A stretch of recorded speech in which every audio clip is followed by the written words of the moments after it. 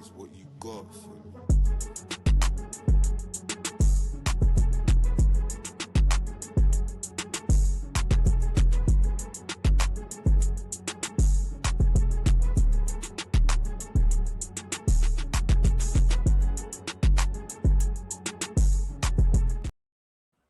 Durag Diaries, yo, people, welcome back.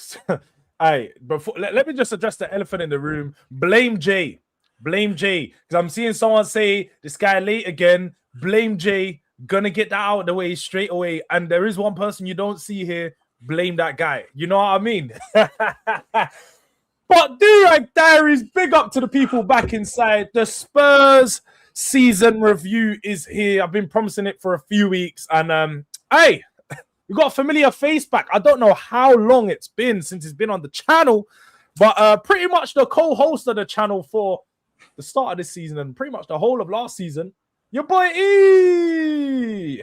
What up? I'm glad to be back. I feel like I'm saying it every time. I'm glad to be back, bro. It's just like we've both been on hiatus, isn't it? Like it just is what it is. But I'm glad the season's over, man. This shit has been the season's been long, bro. I'm so glad it's done, and I'm glad that like no one cares that Arsenal won the league. Like it's actually so much easier for me because it's like no one cares, isn't it? Like I thought it'd be like some big thing, but I'd say no one cares. But I literally just got off a stream a couple of hours ago of Guna Lee, and all I got was, "Who's gonna take my chain? Tell me who's taking my chain. Tell me which one of you man are taking my chain." He was doing this for about 30 minutes, bro, and I was like, "Oh, it started like." Oh well, to be fair, the Arsenal fans care, which they should obviously, but. Yeah, no one else cares. Apart from the Arsenal fans, no one else really cares in it. So that's fine for me in it. You know, I could just I know who to avoid in it. So now I'm chilling. But where was you last Sunday? What did you do with your day to avoid everything? You're from like that sort of side of London, not too close, but sort of. So you would have had sort of that side. Yeah, I heard from some people in it. Like, I made sure to stay indoors. You know what I'm saying? I didn't wonder too much, but I heard that people were going crazy in North London during that time. But they were going crazy. I mean, people were going crazy. I can show you some footage of people going extremely crazy, you know, because the Arsenal fandom, it's a very weird place. That I think that's the easiest way to say it. It is a very, very weird place, and this is just one of the many videos I saw. I'm not sure if you saw it, Elijah, but oh wait, let me turn this light off for a second so you can see. No.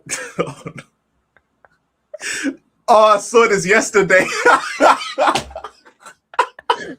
See, me and Elijah can safely say none of that happened at the Tottenham parade, bro. That one. And wait, let me just for the people then that didn't see that one, yeah. I just have to turn this off so you can see it clearly. Yeah. Nah, bro.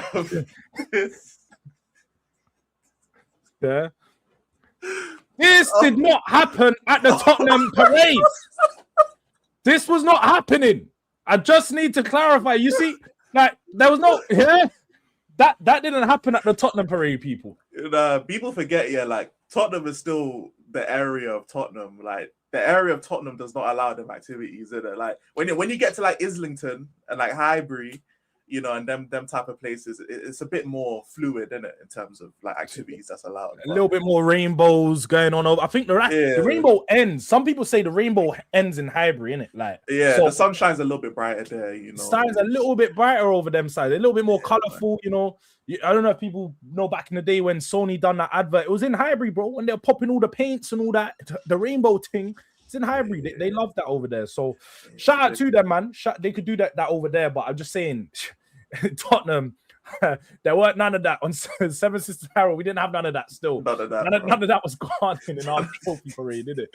But let me come to the people them inside. Big up to Bango. He was here nice and early. Spurs the only team that will get relegated and want to start in Wilson. Yeah, man. Tough start. And of course, shouting out Elijah. Of course. Big up to Bango. That's a member in the house. Big up to Kays as well. Always here nice and early. Big up to my bro. Skills as well. Big up to you.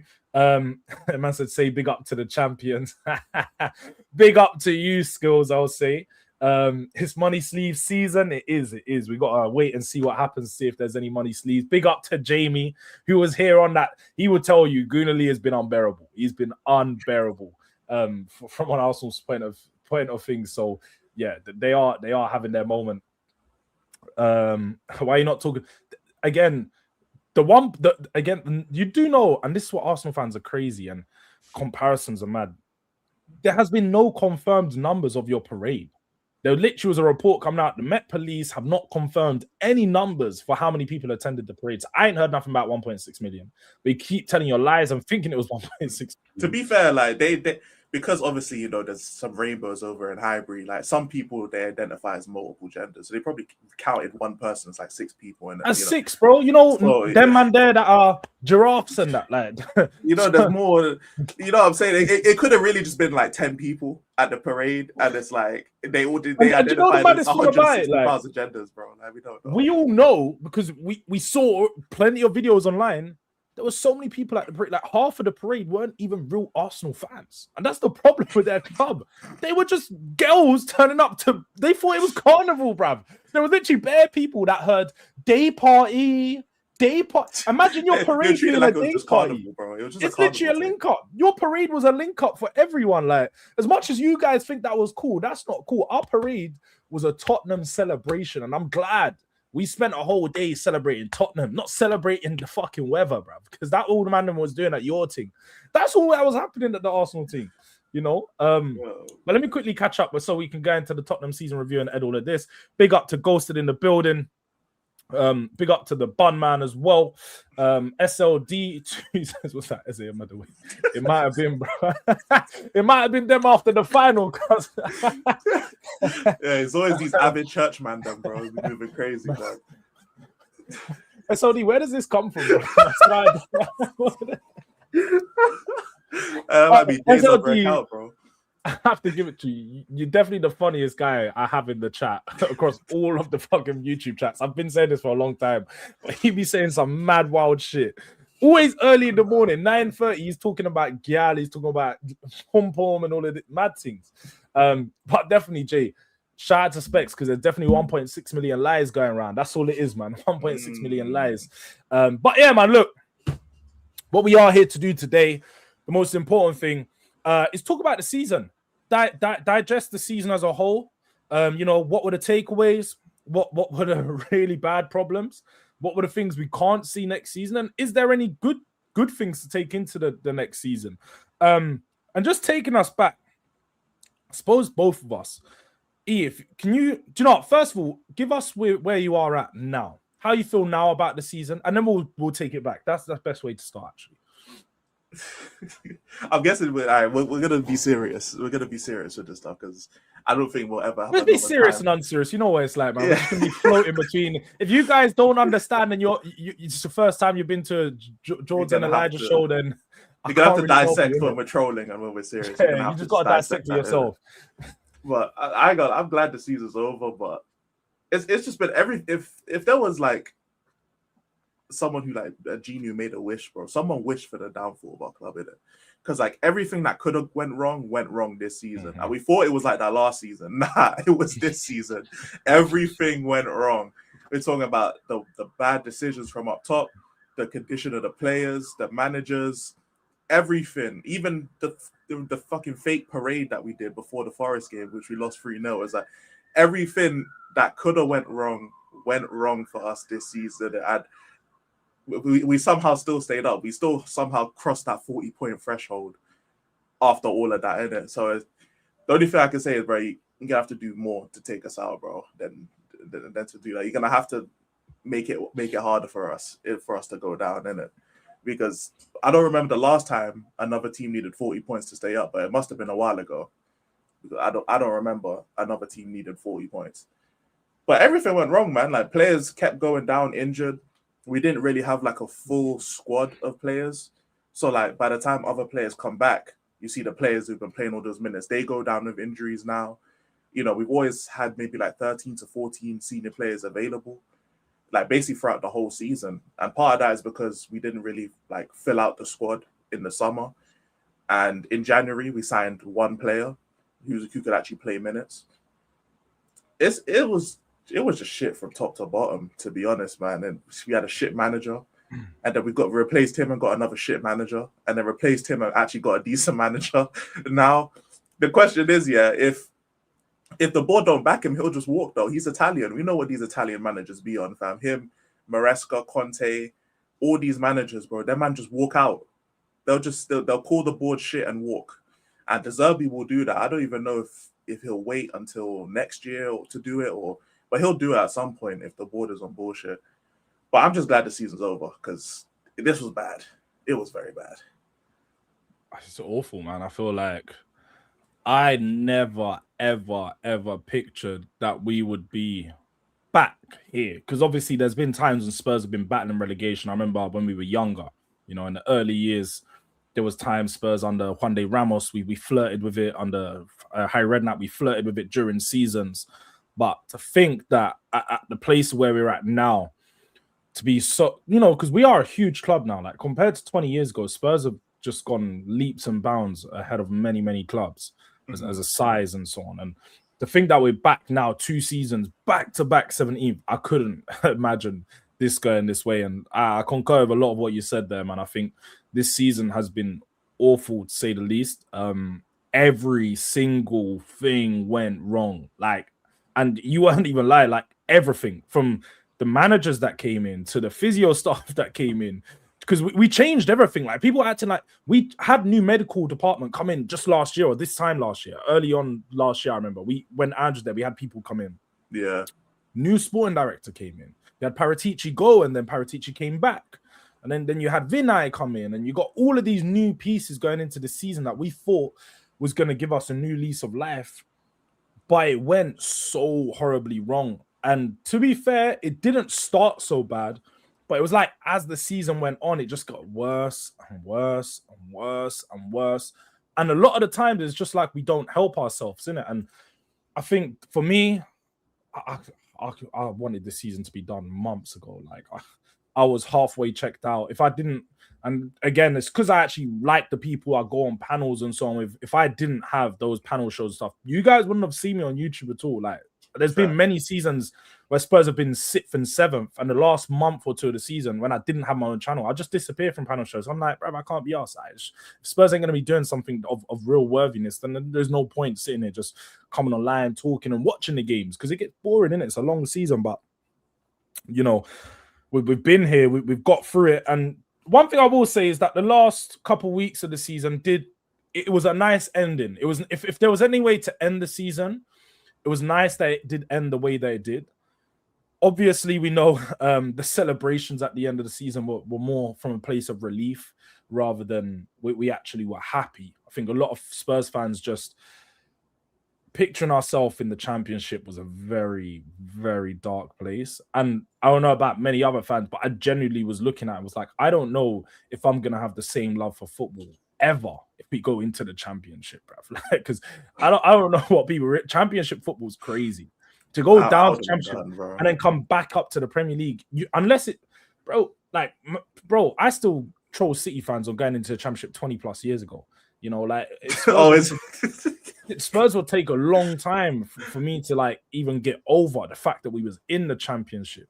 So I generally if it was so much bigger than just being one season for me, it was like, bro, people don't realize when I'm saying I wasn't streaming next year, I was being totally serious. Like I would not have streamed, I would have disappeared. I wouldn't have been doing the Spurs stuff that I'm doing. And bro, more importantly, coming to the end of the season, De Zerbi, good news. We had a few players coming back. We had, the signs of. I'm glad Romero was out. I have to be honest. That's something we're going to be touching on a bit closer. But let's take it back to the start of the season now. Because early on in the season, I know me personally, I was very optimistic. He was like so. We done a lot of streams at sort of the start of the season, and he never really got too hyped up about sort of the signings and the manager. I did. I was quite gassed at one point, thinking, things were going well. Take us back to your mindset in that Super Cup game, because I do remember a conversation we had after that game where you literally pointed out, you said, I think Frank might be a fraud. Frank might be a fraud. Yeah. And it was that first game. I literally remember it was that first game that you said, I think he might be a fraud, bro. And everyone played it down, was like, calm down. Yeah. What were the signs, man? What were the signs early on for you that Frank just wasn't going to work out? Well, the first time I ever like said it, I wasn't serious, but it was against Wycombe Wanderers in the preseason. But I wasn't like fully serious. But like the whole thing with Thomas Frank was like I could give it a slight pass for like PSG-ish, like a slight pass. But like once the season even started, what really like got me like saying that, yo, I don't think Thomas Frank is a good manager is like the lack of style of play. Like there wasn't like a set style of play. He kept on like changing how we play in order to not appease the other teams, but like every single game, depending on what the other team would do, we would switch our tactics to try and like counter them. And these are some of the things that Thomas Frank was praised for at Brentford, but you can't do that when you're at Tottenham, and that's because it's a different expectation when you're at Tottenham compared to Brentford. Always like changing up formations, changing up lineups, not keeping consistency. That's gonna bite you in you know what I'm saying, if you're in 4 different competitions and you have to start rotating players, especially if players go down injured. So I didn't like that he never really had a set team, or he never like decided on a set team or a set formation or set tactics. I didn't like that we never had like a midfield presence at all. I know people like complained about like how good the midfielders are, but the midfielders being good or not doesn't mean that we shouldn't have any sort of presence in the midfield, especially not every single game that we play. Like it shouldn't take like Wolves having João Gomez for them to just dominate the midfield. Like I don't think that's the case in my opinion at all, especially when we had all of our players fit and available. And I would never blame him for the attack that we have, because I mean our attack was atrocious, but I just didn't like how the midfield was ran. I didn't like the styles of play. I thought we were winging it. I thought we were playing terribly, and we were just getting good results because of our set pieces and our ability to defend. At the start of the season, we were definitely a great defensive team. And I thought that the performances themselves were not, they didn't match the results we were getting. So when people were saying, oh, we were second, we were third because we started off the season on the same points as Arsenal, or like 2 points behind Arsenal or something like that, and everyone was lauding Thomas Frank about how the results have come through and we're second, and Tottenham fans are still complaining, what are you complaining for? We were complaining that the performances were dreadful and we weren't really improving or looking to keep cohesive as a group. But because the results were like, okay, we're second, people were just using that to just brush things over. Then when we started not getting the results, then people wanted to look at the style of play and complain about the players. It's like, I get the players aren't that good, but Thomas Frank ain't doing no favors. And that's pretty much what like I saw from early on, or at least I didn't see it, but like I thought I saw the signs of it early on. And I definitely did pre-jump it. There's no denying I pre-jumped it, and I went all out on my stance. But it did happen at the end of the day. It's literally it's what happened. It did, and bro, literally all of those things there. I think for me, and it's crazy because I remember like March last year, I said when I done my Frank video and we were looking at him originally, I was like, nah, I think he changed his formation too much. He's too adaptable. And then when he comes into Spurs, I had the Spurs hat on, bro. My man put the tinfoil hat on. And I was like, nah, bro, this is going to work, man. Like, we got a coach now. We got a coach. We got someone that can be adaptable. And you know, I think a lot of Spurs fans come from a place of being starving from watching a manager that was so rigid in what he done. It felt like a little bit of freedom within the team. Wait, what's this picture? Is that Joseph Arsenal? That's crazy. That's crazy. I can't. Not even got the red durag. Nah. That's crazy. That's nasty work. That best not come out nowhere, PFC, you know, because people start thinking that's me. Nasty work. That's nasty. I'm not even bringing that back on screen. That's nasty work, bro. I can't believe what I'm seeing there. No, that's red crazy. I've even got a red durag. You might have took that picture from one of those streams. Well, back here, as I was to get back on point, I told myself that he'd be too adaptable, and then I went on it and I said, you know what, he can be. We were starving. We had so rigid, and then we finally had a manager that could adapt. I felt like it could work out, you know, with someone who has a nice different variety of profiles within the squad, that he'd be able to mix it up and find the right balance. Now, For me, one of the early signs that I noticed, and I'd say I probably noticed this in about September, late September. So about after when he's had 6 weeks of real competitive football, was when I just didn't start to notice any actual player improving. Because once you've been with players for 3 months, at that point you'd think, what players is he going to be his player? Because I feel like every manager always has a few players within a squad where it's like that's their player. They improved that player massively. Pap Sarr had like a moment underneath him. He had like moments and he looked decent, but he ultimately would look decent as a number 10 when we didn't need him to play as a 10. We had Xavi as a 10. We had Maddison, and he wasn't a player who really started to thrive after that time. So my first early signs were like the lack of coaching and the lack of individual improvement from players. I think there was a few players like Van de Ven who, like as you said, we looked really good defensively at the start of the season. He looked really good, but a lot of that came down from, I think he's just maturing as a player since last year. He won the Europa League, and I feel like he started to show a bit more maturity early on in the season. But the first biggest sign, and I suppose the biggest game that was a worry for us, was that Bournemouth game when we got absolutely bopped off the park. Awful performance. I think we had our first shot on target in the 60, 70th minute. We got absolutely battered from front to back by them. I know people keep going back to the decision when Semenyo should have been sent off and all of these things. PGMOL has played a part in Spurs this season, but ultimately, I'm not going to sit here and blame Spurs being 17th on PGMOL. Spurs being lower than we should have been, maybe, but Spurs still could have, we still could have done a lot better if players actually turn up in certain games and so on. But that was the first big sign and first big worry for us after then.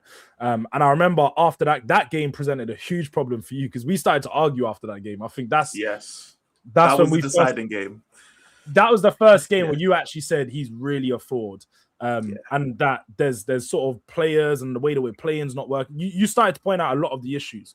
And I sort of brushed it at that point saying, give him some more time. And I believe after that, that's when we started on the downhill trajectory. Because we'd lost Bournemouth.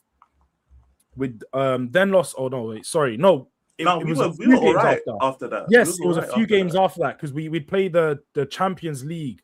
It was after the Villarreal game.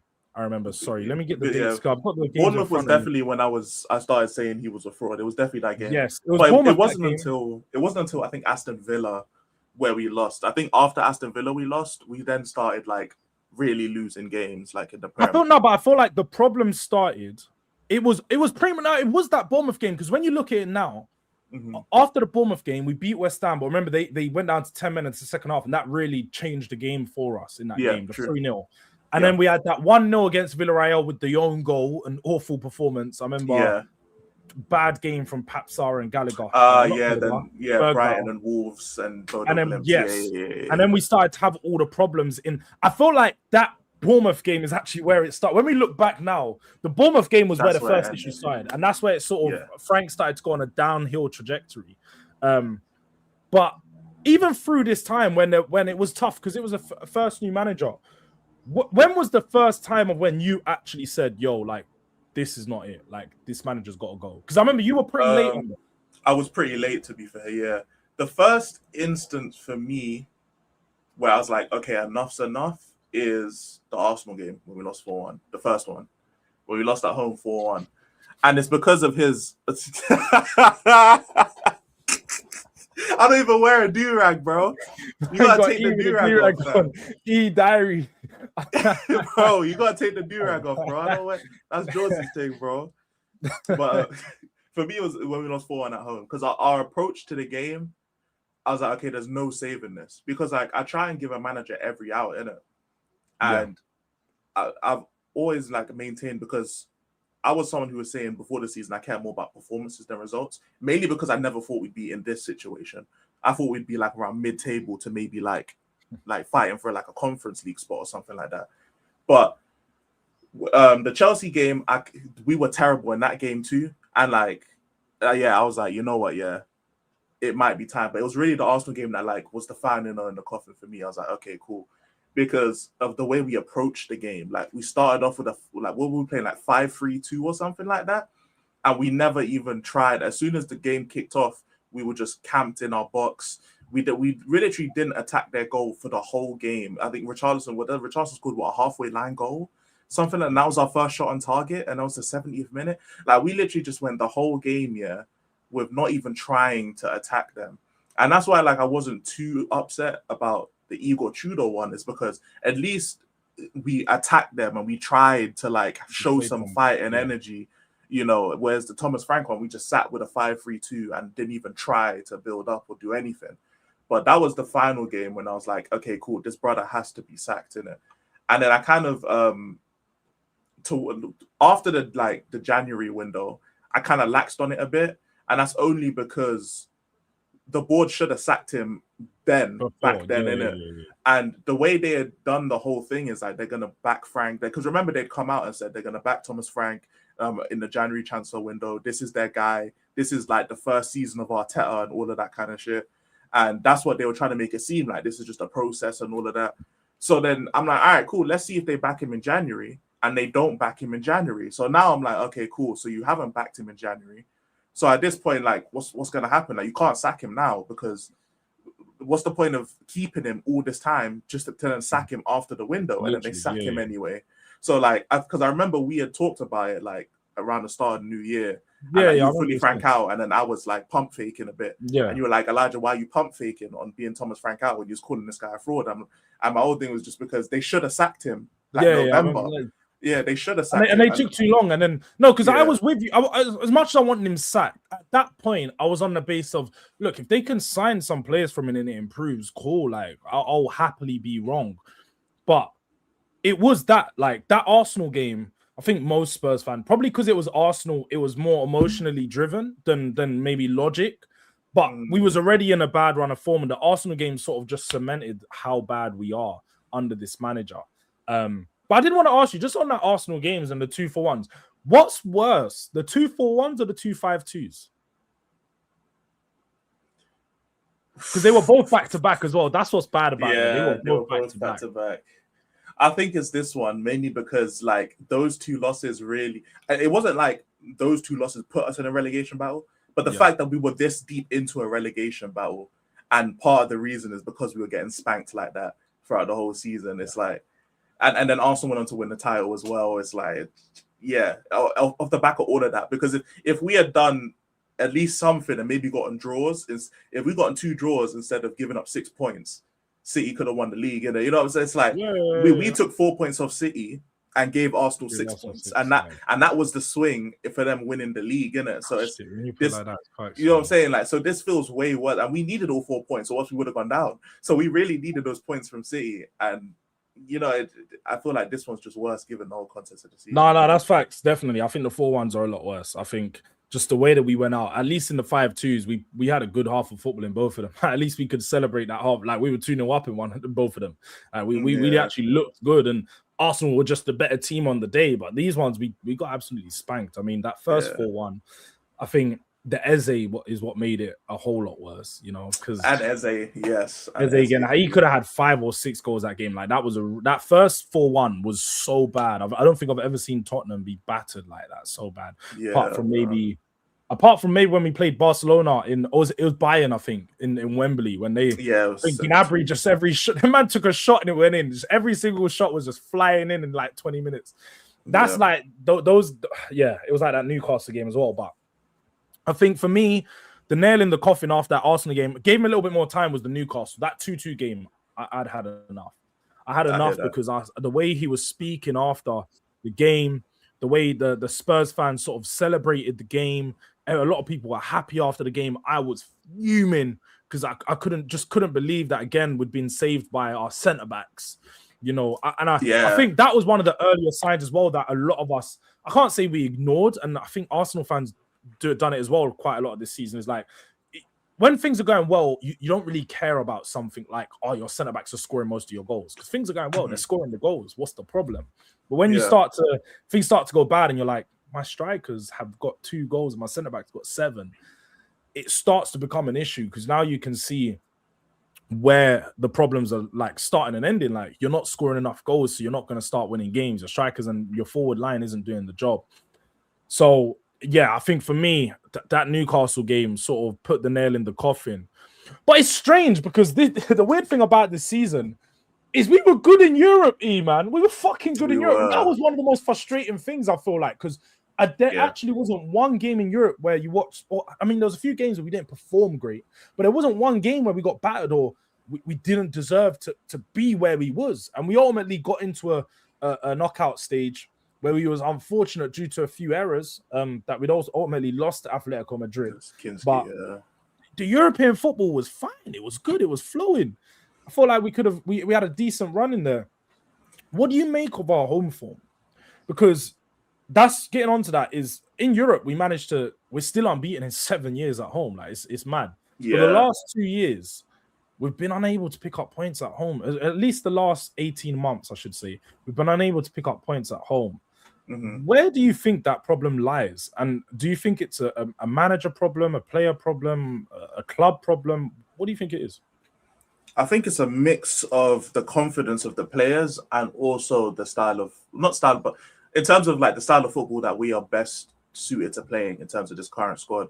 Like this squad has a lot of runners in it. It has a lot of runners and it has like a couple people who can dribble past people and take on players. And when you're playing in Europe, you're afforded a lot more space. You know, like teams don't. Garte is crazy. Oh shit! Is that me that I got a mask now? He got you in the belly mask. And you know, that actually looks kind of cold. You know, look, he actually looks kind of cold. That's all black. That's kind of cold. I ain't gonna lie. Man said hood E. Man said hoodie and that. I'll take that. You know, I'll take that. But yeah, like, I think our players, like if you have like a Kudus, a Kolo Muani, a Xavi Simons, an Odebear, you have these types of players up front who like a lot of space when they get the ball. They want to drive at players. They want to do the link up thing. You can do more of that in Europe because you're afforded a lot more space. Like teams are not just low blocking it, not to disrespect the other teams of the Prem, but teams are not just like getting ultra physical, low blocking, you know, compacting the pitch and doing all that type of shit in it. Like teams actually try and play. You know, teams they press you. You know, they try and look for a goal and all this type of stuff. So it just suits our team more when they have space to run into rather than having to break down a team because like we just haven't been that good at breaking down teams for the last few years. We've been a team that really relies on counterattacks and driving into space and all that kind of stuff. So in Europe, you get the opportunity more. Like when you're playing, even like Atletico Madrid, I know they get labeled as, you know, just as part of the bus team, but they ain't been a part of the bus team in years. Like they try and play football. And that's why we had like a lot of joy playing against Atletico because they try and play, they try and press you, they try and get the ball back.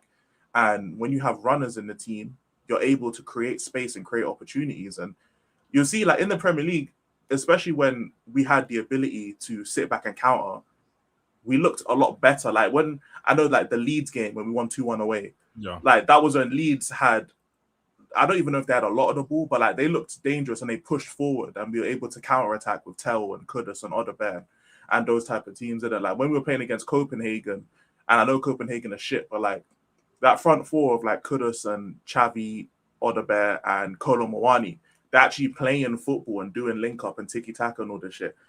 They just can't do that in the Premier League because I think it's Bundesliga players. I'm not gonna lie, these Bundesliga players are so like lazy and loose with their dribbling, and you can't be like that in the Prem. Like Kolo Muani never in a single game looked like he had tight dribbling.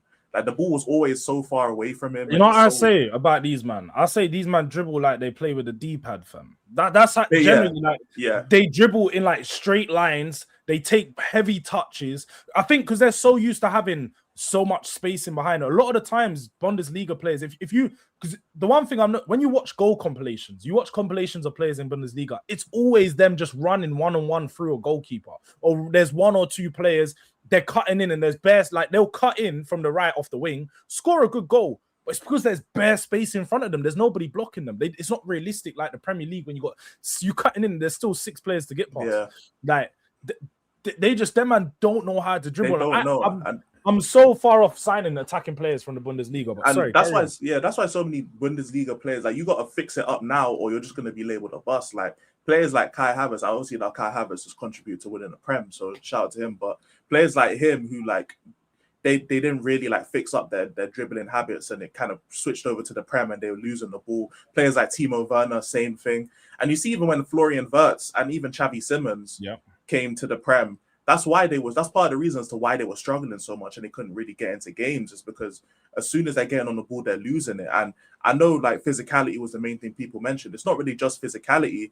Is if you're loose with controlling the ball, you're inviting pressure on. You're inviting people to come to you and press you to get the ball. So it's not just the physicality. It's also like the type of dribbling and shit. I don't even want to know what. I don't even want to know what it is. I don't even want to know people. I already know it's mad. I don't even want to. I don't even want to know in it. But it's also like the dribbling as well. And you see like Xavi Simons and Wirtz, as the season's gone on, have gotten better at keeping the ball close. But before they make a move, like they're driving with the ball, they don't just kick it and run. Like they keep the ball with them, and you have to do that when you're in the Prem as a player, because if you don't, you're gonna look like Kolo Muani, who basically can't dribble past anyone because he's dribbling like he's kicking and running. It's like you're not even like quick enough to beat these players in the first place. You're gonna have to keep the ball close to you, and you can't do it. That's why like Kudus is so effective, because he keeps the ball close to him at all times, isn't it? That's what it comes down to. In the Prem, we just couldn't break down teams because a lot of our attackers were not good at keeping the ball with them and keeping the ball close. And you can't do that against the Premier League teams because they're just so compact and they'll just take the ball off you and go score. Yeah, no, I think overall, for people that would have missed the point, the technical quality was a huge problem for Spurs as to why we ultimately didn't have good enough form at home. I think clubs at home, when you play at your home ground, you're supposed to take the game to the team, and we didn't do that enough. You know, part of the problem we had was we were trying to play over teams. You know, I can't believe he decides to show his face. Who's that? Listen, yeah, I got four speeding tickets getting back here, bro. Oh, wait. Right. Don't worry, Jords. I gave them your address. They'll be coming to your house. You know, like that. Wait, let me think of a way to put this. Is it? Yeah, this. No, four speeding tickets is mad, man. What's up, bro? What's happening? Sorry, I'm late, man. Been a minute, man. Nah, it's cool, man. I didn't think you were showing up, so at least you're here now. We're like, I'd say halfway through, but we're not even halfway through. Man got a little dolly, yeah, little human, little sound on the wrist. Hey, you see, tried to flex that one slow. You're just like, just a little slow. Yeah. He's been actually sweaty. You know what? The watch is coming off, yeah. I'm not having He's like, oh, what's man's chat to the man there for not even 10 seconds. He's like, yo. I could have put both wrists up. Yeah, I could have put Dolly on this one. Pull my sleeve up, bro. Yeah, what's up, man? Oh, yeah. I don't kill Listen, me. Liam, mate. Sort it out, mate. You know what I'm saying, man? Let me just remove this. Come on the Spurs, though, man. What are we saying, boys? Yes, sir. Yeah, we're good, man. We're good. We're literally just breaking down at this point the home form and why the home form has been such a problem over the last 18 months. You know, as someone you go to the stadium quite a bit, Jay, or you used to. I don't know if you do at the moment. This guy's too on too. Yeah, no, I don't. We used to. I just go there as a fan now, bro. I just go there as a fan to get drunk. I'm gonna be honest with you, bro. But yeah, man. But yeah, talk to us. What do you think the reason is? Because you're at most of the games, you see it. Do you think it's a case of atmosphere? Do you think players are nervous in the stadium? What do you think the main issue is with like the home form? Do you know what's funny? Yeah, first of all, big up the chat as well. Yeah. Second of all, throughout the season, a lot of Thomas Frank tried to do it as well. Yeah, which is why I hate him so much. They did try and put a lot of the home form down to the atmosphere. Yeah, and anyone who goes to, I don't care what no one says. Spurs fans have the loudest fans on the planet, bro. There's no one can actually tell me anything. The atmosphere that is in that, it's not the atmosphere. That's not the reason why the home form is. Yeah. I think it's to do with up here, bro. It's like psychologically, we're playing every game in the devil's garden, bro. It makes no sense. It's like they don't understand that. Like, it's almost like they can't deal with the pressure, bro. They can't deal with the pressure at all, fam. I'm gonna be honest with you, because I've gone to the away games and they don't look phased. You know, when you got I don't know 50,000 flipping City fans chanting away, singing away, they don't look bothered. It's the same when we went to Old Trafford. They didn't look bothered by the atmosphere. And that was probably the loudest game I've been to this season, to be quite fair to the United fans, right? So, I don't know, bro. Honestly, all I can put it down to is maybe what these lot were saying. The pitch is retractable in it. Maybe it's the retractable pitch. Do you know? Maybe it's that. Do you know? I think that's starting to do with the injuries. I think the injuries got. Yeah, I definitely think that may have something to do with the injuries. I don't know about them playing. Maybe they're scared to get injured, bro. Do you know what I mean? Maybe they don't want to tear an ACL. Maybe they don't want to tear an ACL, fam. You know what I mean? No, it could be right. One season though, no. I do have to agree about the atmosphere. Like every time I've been Spurs Stadium, there's never been a question of the atmosphere. Like there maybe have been times where I've looked around like seasons prior when we had Nuno. I used to go Spurs under Nuno quite a bit. That like I went like 3 out of his 10 games. I was there. That was bad atmosphere. Like you've been there. That was bad atmosphere, bro. People were just there, like just around, just waiting to sing. Like you just had the South stand singing, and everyone else was quiet, bro. Like that's bad. Now it's different. I think it's a mental block as well, though, man. It's like when you know, like there's pressure on you, you have to win at home. It's like every game, because we've lost so many home games, brother. Why are you on me for? What did I even do, bro? What did I even do? Is it because I said Spurs fans are the best fans in the world? What the fuck did I do, bro? I can't catch up. I just got here. You know what I'm saying? I ain't even started my delusional take. I ain't even started the delusional take. No, but listen, all I'm saying, first of all, it's not summertime. It's actually pissing down with rain.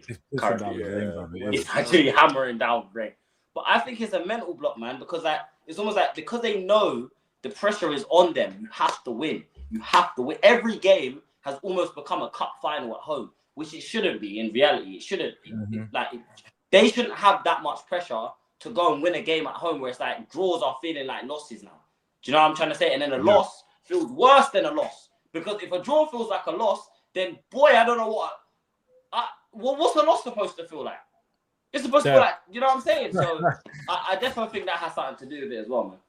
No, definitely. I think, the home form it's a huge problem. Going into next season needs to be addressed. And I think Roberto De Zerbi, if he goes next season, and one of the things that he changes is having a very strong home form. Like, I think obviously where we finish is going to be a big indicator for him and sort of how long he stays. But, anything's better than 17th, bruv. So man could get 8th and it's a good season. Like, we're being honest, it will be a good season. Whether we want to admit it or not, it will be a good year. I think the biggest thing for him is getting a really good home record. Like if he can come in just 2 or 3 losses at home across the season, that will be like a really strong indication of his long-term future at Tottenham. But let's talk about the time when Frank was eventually sacked. Or do you know what? Before I do that, you said January transfer window. We did touch on that briefly before we went there. How bad was the January transfer window, man? Brennan Johnson out, Gallagher in, Sousa in. Do you guys agree with Langer, Vinay sort of saying that it's best? Like, because I get the point with the best business is done in the summer, that's fine. But do you agree that we shouldn't have signed no one in the forward area? They need to shut the fuck up. Disrespectfully, shut the fuck up, please. That window, was genuinely the worst window I've seen. But it was worse than when we signed no one before, because at least we were competing when we signed no one. These men saw our players dropping like flies. They sold Brennan, and then a week later, Kudus goes down injured, and they decide to sign Conor fucking Gallagher, bro. Conor fucking was it Perry Paps on, bro? He forgot to say that he said that the injured players was coming back. And will come back for his ACL the next week. But that's the problem. And to be fair, Jords, I alluded to it earlier. The problem is that when you have like a 14-man squad of fit players, by the time these other players come back, what's going to happen? The others are going to go down injured. Solanke came back, went down injured. Xavi Simons tore his ACL. Odegaard tore his ACL. Pedro Porro missed some time. Richarlison pulled his hamstring. And these players I'm just naming off the fly as well. Other players missed time as well. So can't forget Ben Davis. When you're fuck that guy, bro. Him, captain, bro. Him, bro. Him. But I can't believe he's still here, bro. We gave him an extension. That's so fucking stupid. Did he actually get the extension? I heard he might. I don't know if it was actually triggered. I don't know, but like there was a +1 in his contract. I believe it was a +1 in his contract if we wanted to take it. So, bro, they better release this brother, bro. I'm tired of this guy, man. He's gonna come back as a coach. Don't worry, bro. I prefer that than a player. Honestly, I wouldn't mind. I'd rather them just say he's a player coach now, and I'll be like, do you know what? Cool. He's not. Yeah, I wouldn't complain. But the fact is, he's going to get starting minutes at left back at some point in the season. That's the problem. That's the problem. He's going to get starting minutes at left back. But yeah, that window was garbage. And like Lange saying that just proved that he's just incapable and he's inept at his job. Because as soon as he did that interview, players just started going down injured. And we've had 4 ACL injuries. And obviously Lange is not the one getting these men injured. But surely you should understand, as someone who's in charge of transfers, if you have a limited squad because of injuries already, plus the players that you think are going to come back are showing no signs of coming back. Maddison tore his ACL and came back before Kulusevski's knock. So, like, let's be real here. The players are not showing signs of coming back. Kudus then re-injured himself too.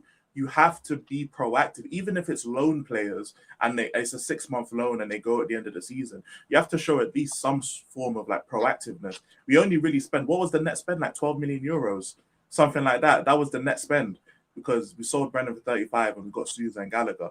What's Sousa going to do? Like, respect to him in it, but like, what's a 19-year-old Brazilian fresh out of the favelas going to do when we're in free fall at the time? It's January. We wouldn't know at the time, but we then go 4 months without winning a game. So like they didn't do shit. Like they generally is the equivalent of not doing shit.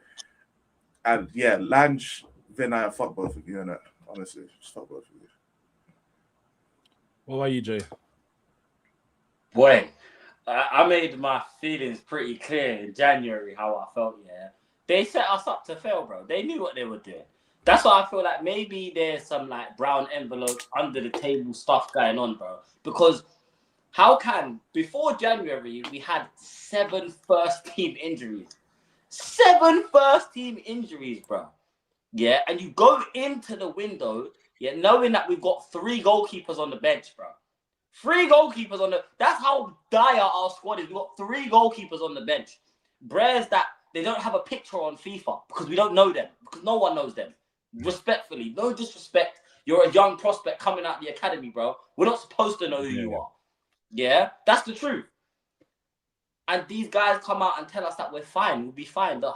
We've got players coming back. When they made that statement, we then had to wait until the start of March for the first player to come back. So what are you talking about? It's them. They don't care about us. And you know what? Why would you wait until January to decide, you know what? Let's change the wage structure. And if you're going to change the wage structure, why not sign someone worth 200 grand a week? Why bring in Conor Gallagher? Maybe there was a quota that they had to meet. Maybe, you know what I'm saying? I don't know. Maybe there genuinely was a quota that they had to meet. The homegrown quota is an issue at Spurs. And that, to be honest, that's why we have to keep signing English players, because we're not progressing enough of our academy products. And that's the problem that we've had. And do you know what it is? Signing the top, like we would have got one in Morgan Gibbs White, but you know how much they cost, isn't it? That's the problem we have, is when you want to get the top players that are English, that are homegrown, they come at a stupid price of 60 plus M's or something like that.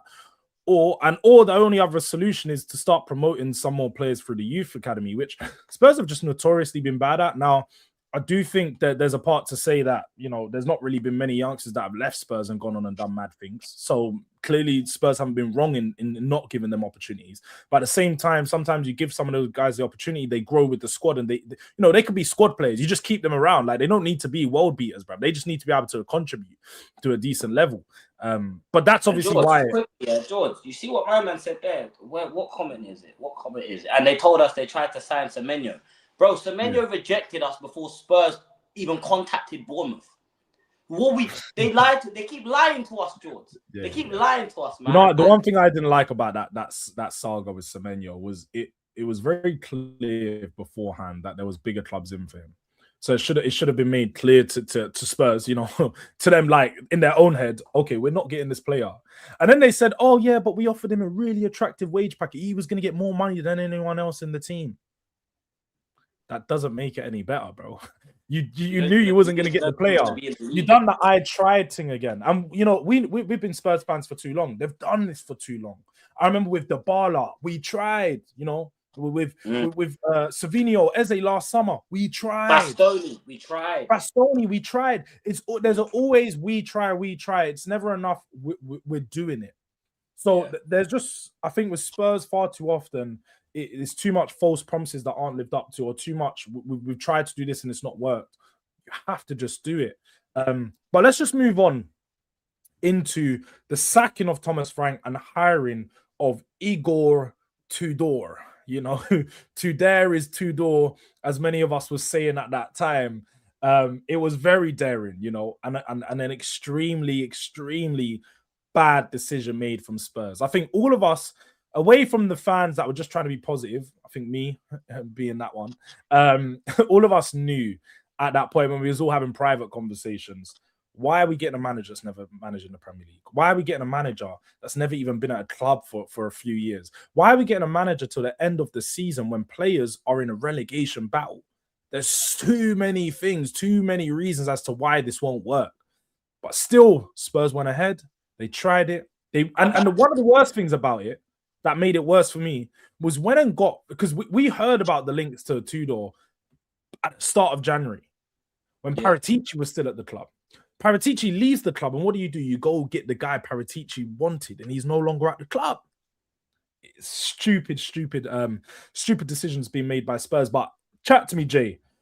Signing and the firing of Frank, the hiring of Igor Tudor, where was you at that point in the season? And when you look back at it, how bad of a mess was that? I was doing the copium thing, innit? I'm not gonna lie to you. He can probably agree with me here. I was coping heavy. Do you know what I'm saying? I was trying to do the reverse psychology on myself. Do you know what I mean? Maybe I thought, you know what? Maybe he could do something. And because his first game, I think, was the North London derby. Like whenever it comes to London derbies, you're never gonna get a really honest answer from me, anyways. Do you know what I'm saying? But the truth is, he was never gonna do anything at this football club. He was destined. You cannot make it. He was never gonna make it at this football club. He was never. And mainly because I think, bruv, he's a manager. You have to sign players for him, innit? Because he's not. The thing I've noticed with these managers that spend a lot of time in Italy is, even if this person is your best player and he's not performing, fuck the team. Don't worry about the team. Don't worry about the league position. You're getting dropped, mate. And we saw that with him. You know what I'm saying? He was reluctant around Xabi. He didn't really want to use Xabi too much. I think Richarlison was still pretty much injured at this time, so he didn't really get a run in under him anyways. But yeah, he was always destined to fail. And that is exactly what the club get. Because I said we should have sacked him after we lost to Chelsea, bro. Sack Thomas Frank before January, go and get a manager. And you know what? If they brought him in December before the window opened, and said, you know what? Here's 150 mil. Go sign some players. And then he brought players, and then still I take a little bit of pressure off of the board, because I can sit here and say maybe they genuinely just believed in this guy. But let's have it right. They just didn't want to appoint Ryan Mason, and he's the only guy that was willing to come in. He was the only one that was willing to come in when he did, bro. So we kind of got sold. We always knew he wasn't gonna make it. He was never gonna make it, bro. And 4 losses on the spin. Basically, yeah. Apart from that should have been. I mean, after the first two, the do you know the thing is though? You know when you said it, there was only Ryan Mason available. This is what makes the club even stupid. Zerbi left. He left Marseille 11th of February. We hired Tudor about 1 or 2 days just before he left. So Spurs could have waited 2 or 3 days, and you could have went in for De Zerbi. Remember, we had about 12 days before that Arsenal game. So if they would have known, because obviously we know when managers make decisions to leave, it's not just a one-day decision. It's 1 or 2 weeks they're already probably thinking about it, and then they make that call. If Spurs had already been speaking to De Zerbi and making things right, because, you know, we heard when they hired him, he was always the option in the summer. He was always the summer option. We managed to get him in. It just proves, again, poor decision-making from Spurs, because why would you get a manager in till the end of the season to then have De Zerbi take over when they play 2 completely different styles of football, 2 completely different managers? It didn't make sense. And we were going into a period when we have 14 games left, still Champions League, still all these big games to go. It was just, for me, I look back at that little saga, and that pretty much summarized Tottenham as a club. It literally summarized us as a club. Prepare to fail, fail to prepare, prepare to fail. You know, like we didn't actually think about what manager we got, so we panicked and just brought in anyone. So then when we actually had a manager available, didn't make a decision on actually trying to get him in. So we again waited around, and then 7 games, we just gave away 7 games basically. Said just fuck it, you know, we're gonna lose all these games because we only won one of them, didn't we? We only won against Atletico in the Champions League. Yeah, the second leg, innit? Yeah, and then we had a draw against Liverpool. But away from that, lost to Fulham, 2-1 to Fulham, 3-1 to Palace, 3-0 to Forest, 5-2 obviously to Atletico Madrid, and 4-1 to Arsenal. It's one of the worst managerial appointments you could have got in the Premier League this season. If Ange wasn't at Forest. But come in on this. It was hard for you to not say Ayo there. Bro, I can't lie, Tudor, I don't know if it was like, I'm assuming it was financial, the reason why they didn't bring in De Zerbi straight away. Because I'm assuming that they would have had to pay extra to get De Zerbi in early because of like the way the whole Tottenham thing was going. I'm assuming that they got Tudor because they were assuming that he would be enough to keep Spurs up, and then they can go in and get De Zerbi for like the flat rate that he probably wanted. But because it didn't work with Tudor, they then had to basically pay extra out the wazoo to then make sure De Zerbi signs in it with the threat of relegation happening. So I think it's just been financial decisions that they've made financial decisions in spite of the football, and they've just kind of hoped that the football just kind of is still there, innit? Like, we always know that Tottenham do the bare minimum in terms of like making sure the team is ready and all that kind of stuff. But I think that they took it to the ultimate extreme. Like they stuck to their guns of not trying to like really throw money at it when it desperately needed money. I think they were like, you know what, yeah, this is a rough patch, but we're gonna be fine. So we're just gonna carry on being cheap. And it really almost came back in the form of relegation. I'm not saying that this is enough to shock them into changing how they operate, because I don't know what it's going to take. I'm not them. But I definitely think they tried to play it safe, and they were playing it safe until they got De Zerbi. I think getting De Zerbi when we got him was the ultimate. That was when they finally realized, we have to guarantee money at this point, because he's on a £60 million contract. Like, he's not on no cheap shit. He's one of the top. Like, Thomas Frank was already on like some crazy wages. I think he's the second. He probably is the second highest paid manager in the Premier League. Probably, Unless Enzo, I don't know Enzo's deals and some of these other new managers that come in, but he's definitely up there. He's definitely top 3 for sure. Like, he's getting 12 million a year. Like, De Zerbi wouldn't have commanded 12 million a year if we had stayed up and then got him in the summer. They probably would have. They probably would have paid him maybe like 12 M's a year. Yeah, but that's what I'm saying. Like, that's why I feel like it was financial to why they got Tudor, because Tudor probably had some experience in terms of keeping it. I think he kept up one team or something, and then he had like a decent run at Juventus or something like that. So they're probably looking at it. It was his opening. He had a record. That's what Mr. Udang said here. Apparently, he was a relegation survival specialist. Yeah, he never lost his opening game. Yeah, some shit like that, innit? So I think he was brought in because overall it'd make more sense financially to bring in someone for 6 months to keep up Spurs, and then you go after De Zerbi in the summer to where you can get him for maybe like 7 mil a year or 8 mil a year. But because of the situation and Tudor didn't work out and they just desperately needed someone, they said, you know what, fuck this, we're going to actually have to panic. And then they had to pay an extra 4 or 5 million a year to get De Zerbi to sign the contract, innit? So I think they just want to be cheap, innit? Like, they tried the cheap in January, they tried the cheap in the summer, they tried the cheap with Igor Tudor. They just tried to be cheap with all of it. And we almost got relegated because of it. We're going to see this summer to see if it really changes or if it's going to be more the same. Bro, that's facts, man. They tried to cheat their way out of every fucking problem. And do you know what? We have been seeing early signs of that with some of the links and players that we've been linked to. But, you know, we're going to get into that side of things real soon. Just last thing on this season. And just looking back, obviously, everything with De Zerbi is still fresh. So I don't really feel like we need to touch on his. But you know what? Let's touch on it briefly. His 7 games. Because actually, us haven't actually spoke much during this time. Jay, how impressed or not impressed was you with his 7 games, and how are you feeling with De Zerbi overall at this moment in time? Sack him. I want him gone. Sack it. No, I'm joking. No, I'm joking. Hey, that's my gaffer, bro. That's my gaffer, bro. I told man. Yeah, I need to get one of them rant hats, bro. I told man, bro, it's not a joke. That's big Robbo, fam. That's no, genuinely, I've been so happy. You can ask E, bro. I tell this guy every game, this is my gaffer, bro. Big guy, and obviously, yeah, we know what managers do, footballers do. Furthermore, all sports people do it, right? They do they tell you what you want to hear in the media. But usually what we always say is actions speak louder than words, bro. And everything this guy has said, he has backed it up, bro. And that is where I have to give man credit. He didn't come in and start complaining, too many injuries, too many this, too many that. You don't care. You're not trying to hear it. If they're injured, they're not a part of the squad. We don't need them right now. He come in, he looked at the crop of shit, and he managed to build a castle out of the crop of shit and keep us up.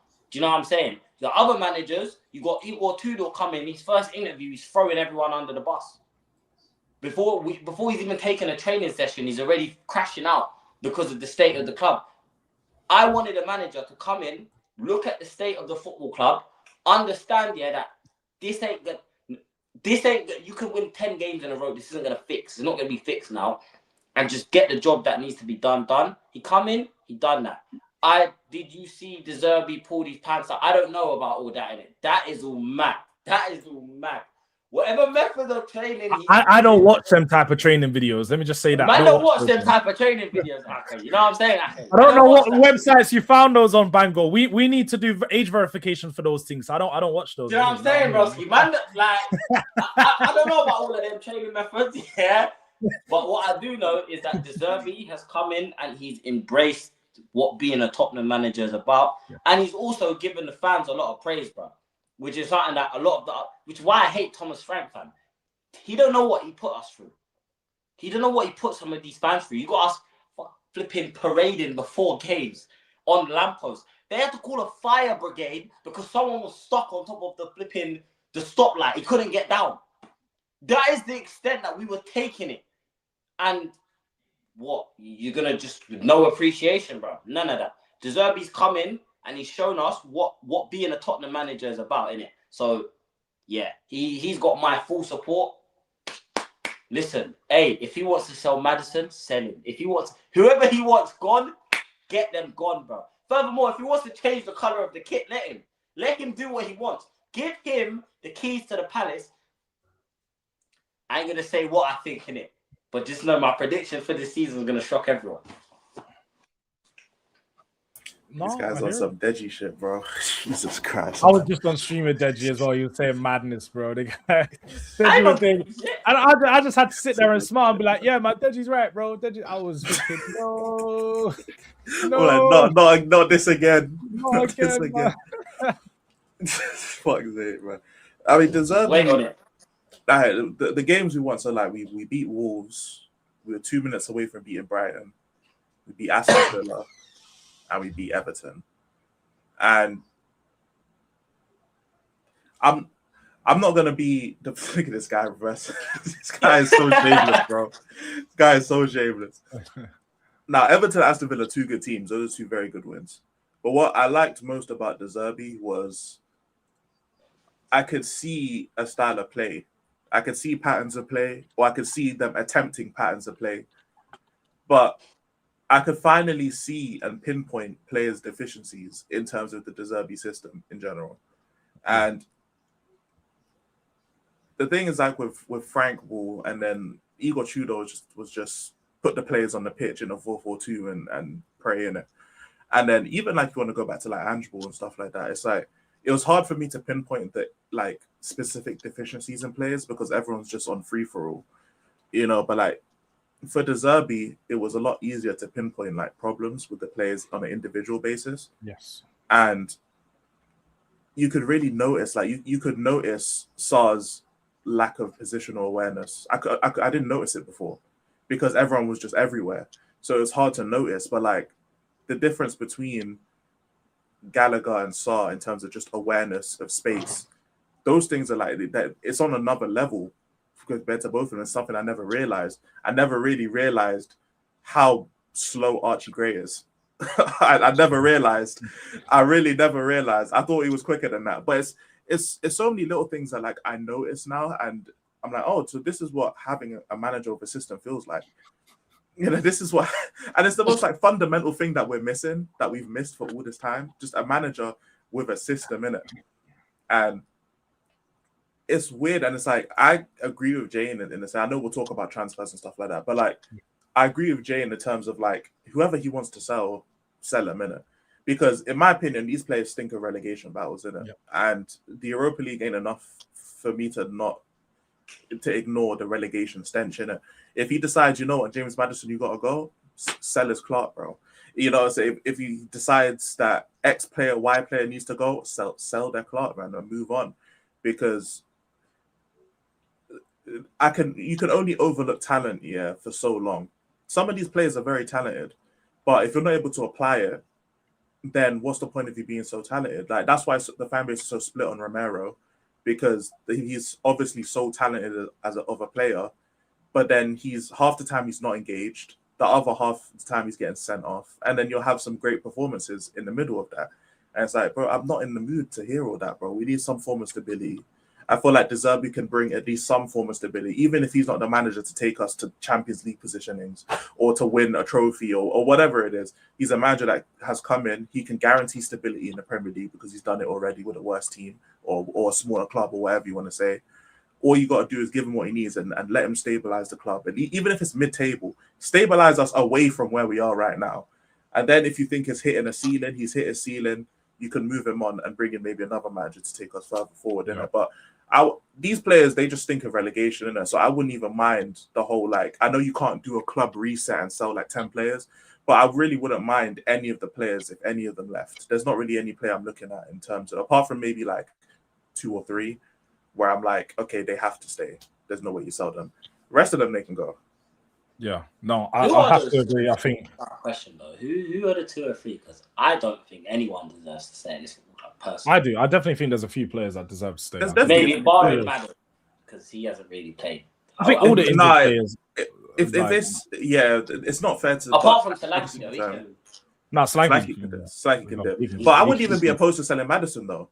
Like I'd be fine with if Maddison got. Do you know the only reason I wouldn't? Because I feel like one thing you do need is a continuity. You need a continuity of someone who's been in around the club and actually is respected within the club. Who, when you do go in, because I think part of the problem we had, especially this season within the current dressing room, was we had Romero and Van der Ven as captains, but they weren't really captains, isn't it? Like, you know, they were just chucked into the position. Romero was supposed to be a real captain, but we know he's not a leader. He might lead by example at times, but also he doesn't lead by example by a lot because he's too aggressive.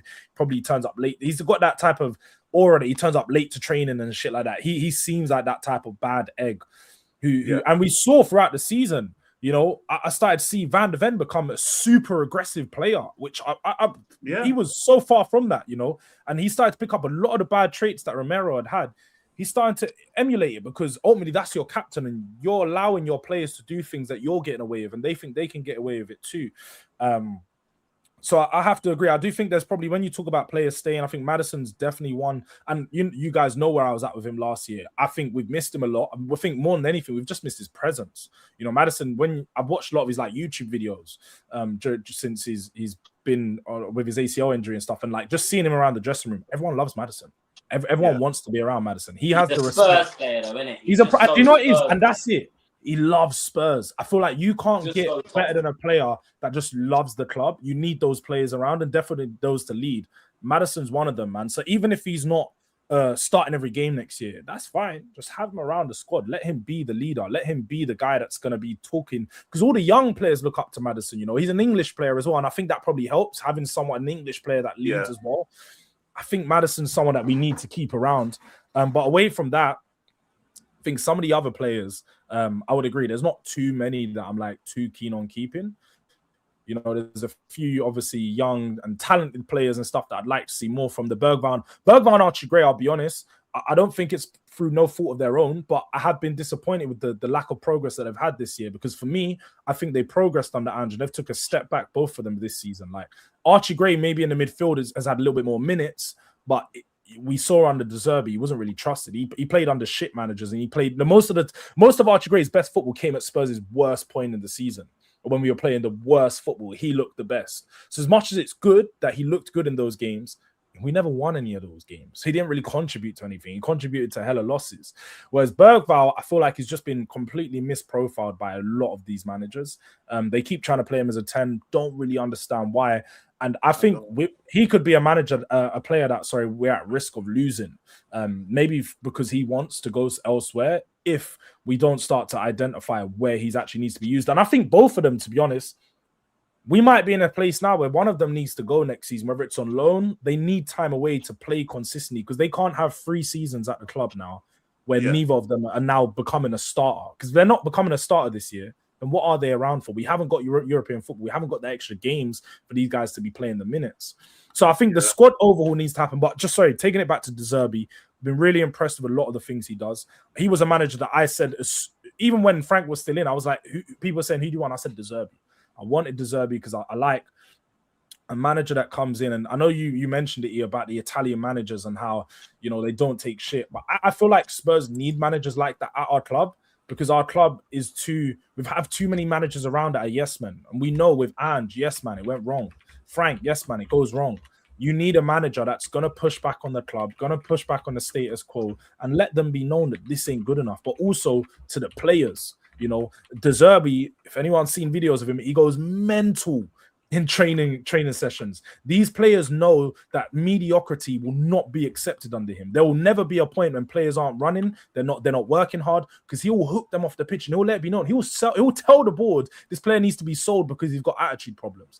And that's the type of manager Spurs need. We need someone who's going to be super strict. Too many nice guys at club, Jords. Too many nice guys. Too many yes men and smiley. Bro, after we draw a game, I don't want my manager in the press conference busting jokes with these man.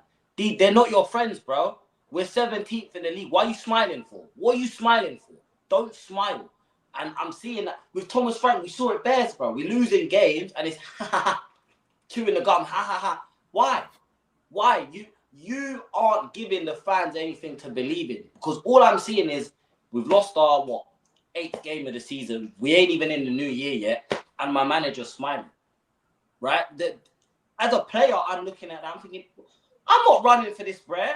I'm not running for this. Why am I running for him? Why am I I'll get a move at the end of the season, go play for an actual manager. I'm not going to run for him. And I think for a lot of these players, because they down tools so early, it's hard to pick them tools back up again. It's like, you know what? All right, we do have to get to work. I think it was just too late. It was too late. So, yeah, I don't know, man. We signed De Zerbi too late, and that's probably what cost us. I can't lie. That definitely cost us. Even we signed him in January. I think we can finish in the top half of the table. I'm being completely honest with you. I don't even think we finished. Jay, even crazier than that. In January, we were only like 5 to 6 points away from the Europa League positions. Like the league was heavily congested until maybe the last couple months of the season. Like even when we were 12th, 13th. We were still like 2-3. It was a 2-3 game swing, and we're already back in those Europa League conversations. It wasn't until like February times, and that's when the league started like getting a bit more disjointed and it was 2022. Obviously, we didn't win a game until that's really where the problem was. We just didn't pick up 3. That's crazy to think we didn't pick up 3 points until April, bro. That's where it went from, because like. How many points did we finished on 41 points? We were 17th, and like Europa League was only like 57, 58. Yeah, so like it wasn't that far of a swing this season. Like we really could have been a team that finished in a European competition, but the problem is we acted too late, and I think it's because of the board wanted to be cheap. Like personally, that's why definitely. I think it's because the board wanted to be cheap. They thought they could get away with it. They thought that the players would come back and everything would just be kumbaya settings, not realizing that you have 14 to 15 players playing twice a week for the next foreseeable future. It's like, that's not going to work. Right, and again, even if you look at, for example, bro, it being a 20-point swing, you can pick out at least 10 fixtures out of the 38 that we played where you're thinking, you know what, they were winnable games. Yeah, we were ahead. We had momentum in the game and we lost it. And it does cost us now. So now what I actually want to see, I want to see ruthlessness, bro. You know what?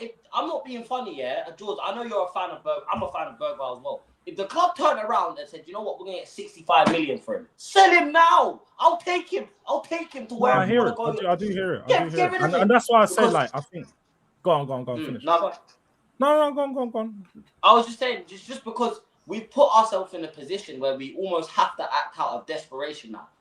We have to not desperation, but we have to sign at least 6 players because we've seen we don't have a squad that can stay fit, and mentally all of these their minds are made of glass.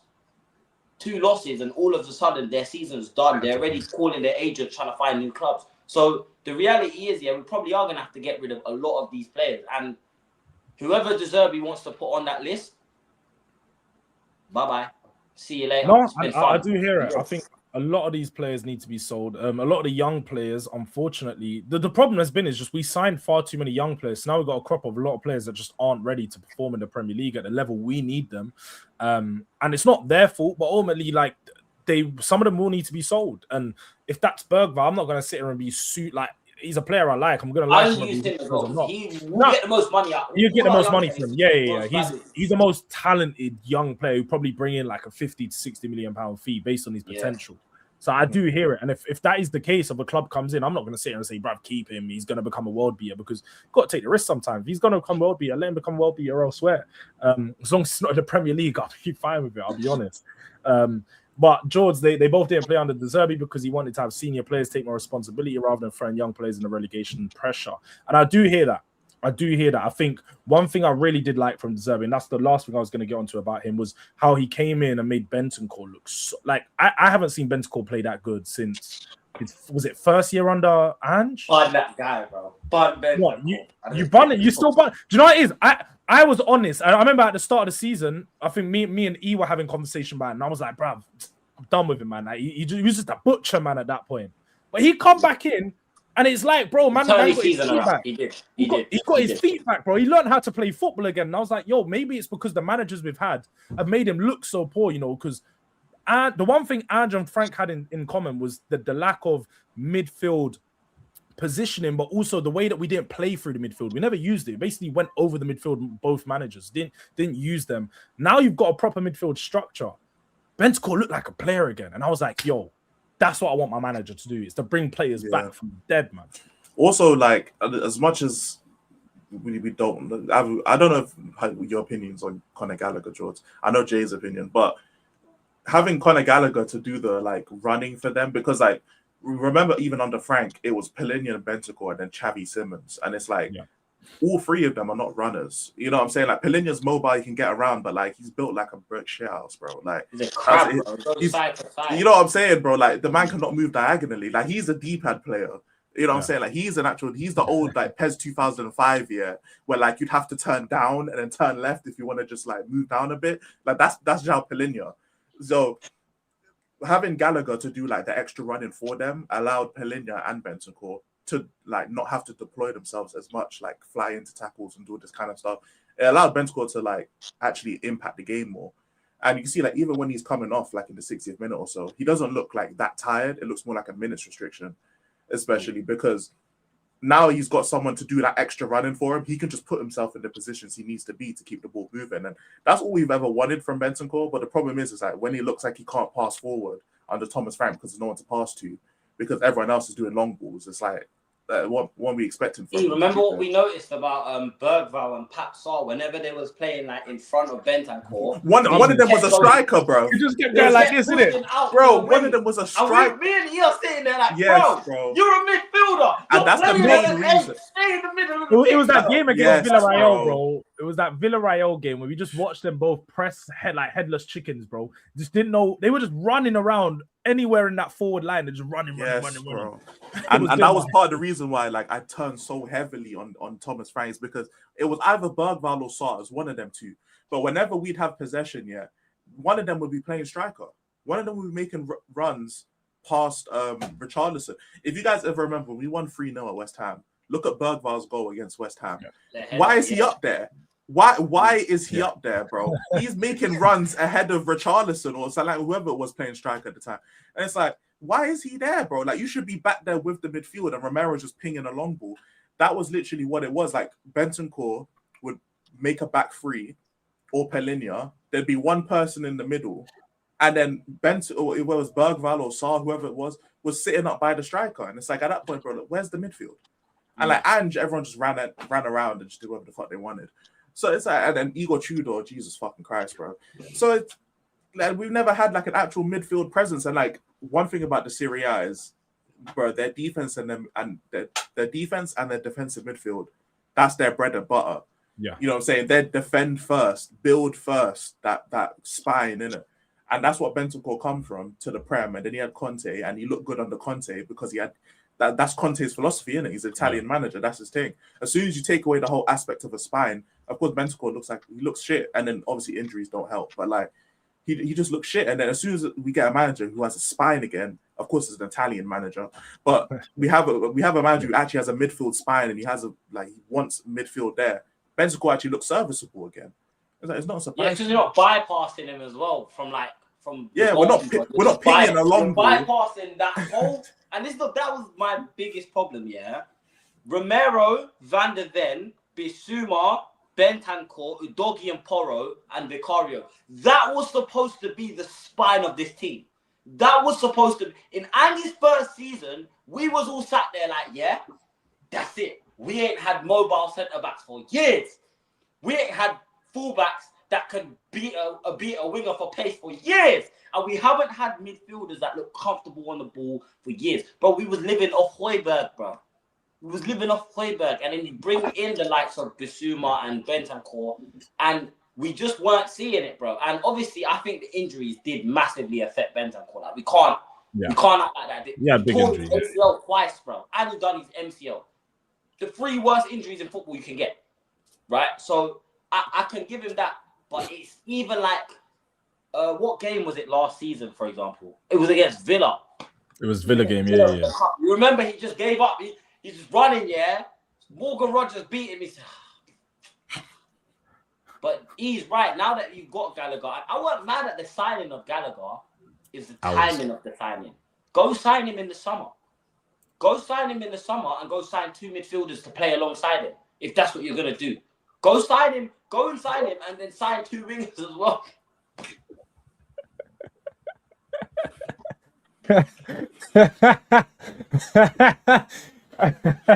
Jack, what's going on here, bro? That was a good one, man. That was a good one.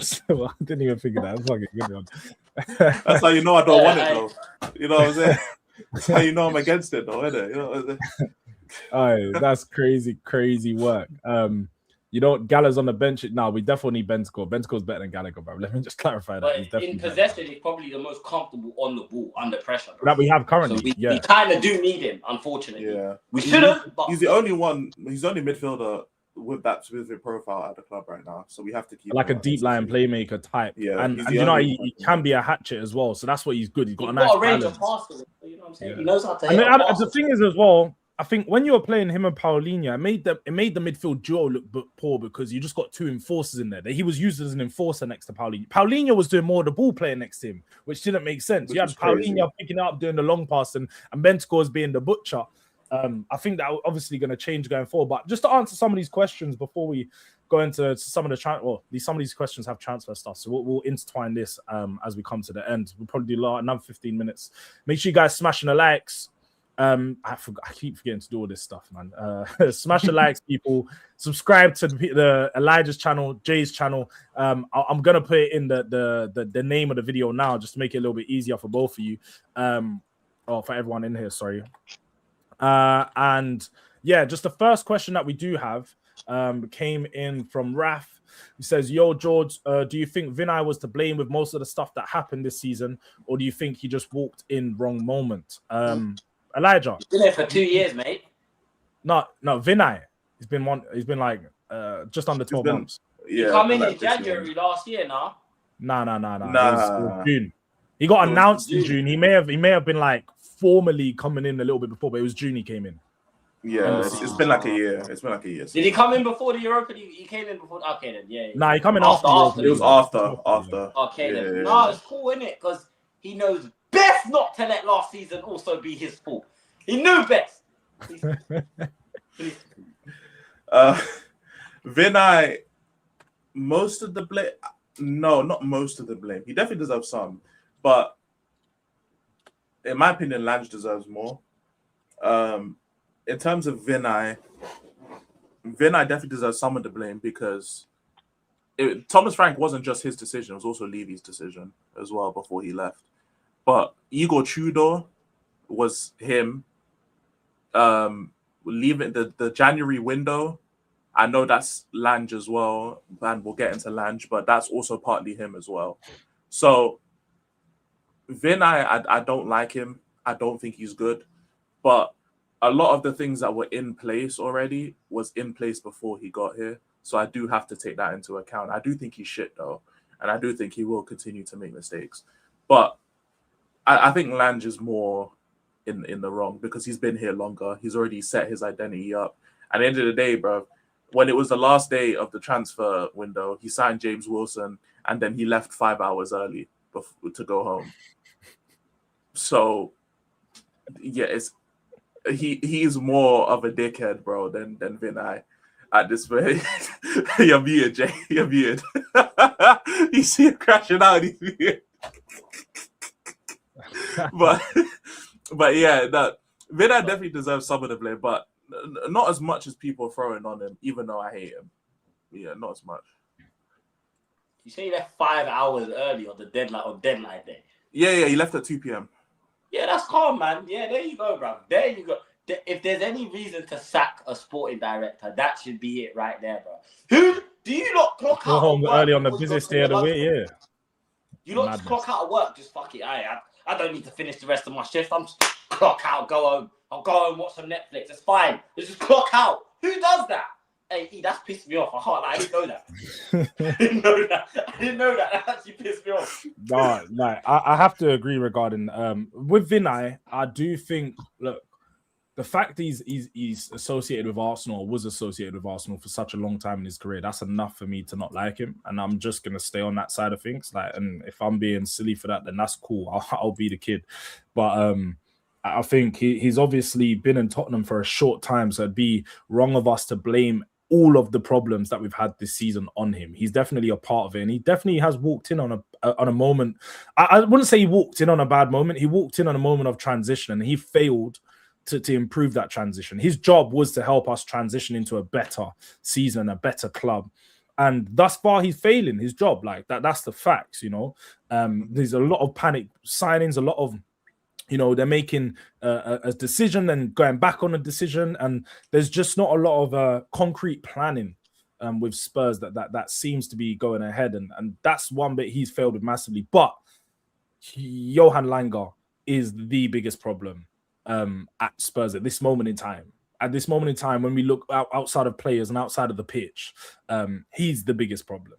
Continuously had bad windows under him. You know, players just aren't. We heard last January he couldn't convince Matisse Tell. So if you can't convince Matisse Tell, who the fuck is he going to convince to come to the club? That was an academy player at Bayern. You know, the only players I've heard him having good links with, or people that is people from Scandinavia. You know, his fellows, his locals, The Aryan race, Bergvall and that. You know, Bergvall, Thomas Frank, these man, George, the Vikings, bro.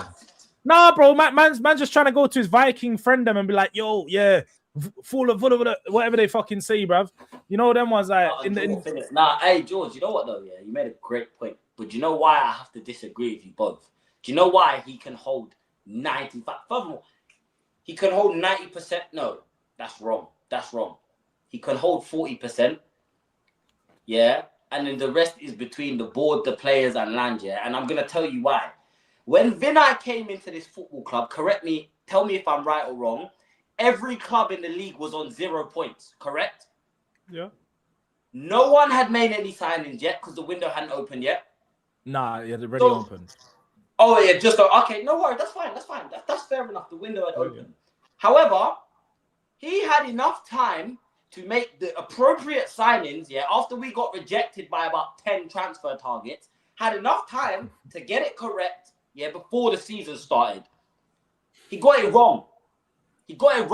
And then, not only did he get it wrong in the summer, but he refused to rectify the mistake in January. And then, if that's not bad, at the end of the season, instead of putting his hand up and saying, you know what, as the CEO of this football club, I have let the fans down. I have also let the fans down here. It's not nothing's his fault, apparently. Apparently, what it is Sunderland and Bournemouth and Brighton have just excelled so much that Spurs have been left behind. So you know what? Vinay doesn't get no pass from me. He don't get no pass. You don't get a pass. Yeah, there is no pass. He is what? Yeah, no. There's no pass. But you see how you man are on this night, you know, you man are doing the PR thing, the politically correct thing. Bun that. Vinay is the biggest parasite at this football club. Him and Lange. It's like they mutated from the same one parasite. And one's just gone over there to infect this part of the club, and he's gone over here to infect this part of the club. I'm sorry. I do hear what you're saying. That interview at the end of the season, bro. But that's literally what I was going to ask you. Yeah, because that's one thing. And do you know what? I'm glad that I did forget about it before the stream, because I would have been going mad about it for ages. That interview fucking set me off, bro. That actually set me off as well, because I was sat there and I was like, this guy just keeps blaming, acting like nothing's his fault. Kept going, so like when I came into the club, I thought it was in one place, but it was so broken in so many different ways. You know, there were so many things that just weren't in the right place, and we're working to, like, bro, shut up and just admit that you haven't done good enough, bro. Because now I've just remembered he done that interview, bro. I just fucking remembered. Did you watch the interview? I couldn't bring myself to. He pisses me off, like, just like, I can't lie. His whole demeanor, he's worse than Levy. He's so like, he feels like he's so fucking superior, bro. Like, bro, you smell like turmeric as well, bro. Like, let's not act like you're so superior, my brother. Like, let's not do that, bro. Like, this Vinay brother needs to allow it, bro. That is wild. That's how you like turmeric. You're cooking, man. You know what he's trying to say. That's dark. I was like, bro. I'm like, he needs to allow it, bro. Like, I can't lie, especially after the shit that Lange was saying. The last thing I need to do is come here and see Vinay chatting the same bullshit, bro. I don't want to hear it, man. The guy's so fucking stupid. I heard he was blaming Daniel Levy. It's like, bro, remember when he first joined, yeah? That was bad. Him and Levy were fucking twinning and shit. That was all the interview was. The whole you know, Jay, and you know what? Yeah, at that point, because us, man, we know we hated Levy for a while, but I was like, literally, like, I was like, nah, Levy weren't that bad. Don't try and put this on Levy. I was low-key backing Levy, bro. So I was thinking, who did this fool thing? And it's all Levy's fault, bro.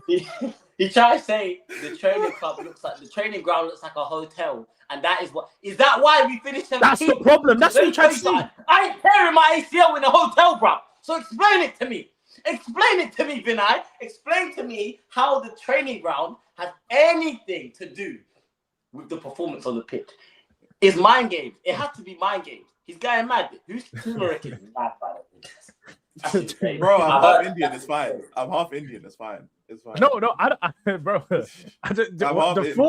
thought to say turmeric, it just threw me off. That's cold. Bro, my mom is full Indian. It's fine, bro. It's fine. Yeah, guys, it doesn't count. He's half Indian. I'm half Indian, bro. My mom's full Indian. It's fine, bro. My mom's side of the family is full-blooded Indian. It's cool. It's cool. Oh, bloody hell. Nah, Vinay, man. We need to forget about that. I'm Indian. You know, we are supposedly. Hair, bro. My shit's receding, Jords. Yeah? My shit is. I look like my dad, bro. My shit's receding, cuz, yeah? My shit is running away from me, bro.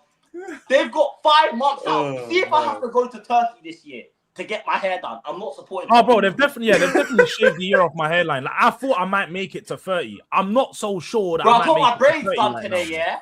Why do you think my hood is on? Because my forehead is like this, bro. I hope I don't end up like my dad. My dad's bold, bro. If imagine, bro, my whole hair will be gone. Higher up the table than bro, I've got uncles that are bold at like 31. I'm coming. Like, I'm around the corner, bro. I saw my corners like they were going at certain points. Around the corner.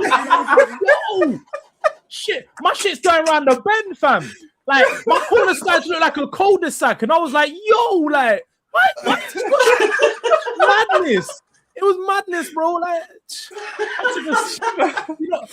you know, like white people have like the way they grow their hair comes like that, and it hides their hairline. I might have to start doing that with an afro. Bro, I've already got that. Look, I've got the tiny little fringe. Yeah, I'm gonna have to have like a mad, you know, because I can't lie, yeah, but my hair's looking, bro. The forehead's looking crazy, bro. And the I no ain't gonna do-rags lie. has been making it worse. The do-rags used to lay down the hairline. They don't do it. No, I don't wear a do-rag anymore because I forgot what it was like to win. Spray the other day, bro. I'm telling you, anyone who has dreads, black spray. I've never had black spray in my life. You have to get the spray. Oh, no, I ain't never got the spray before. I went to swim in the water on the beach. Yeah, I come out the water, it was gone.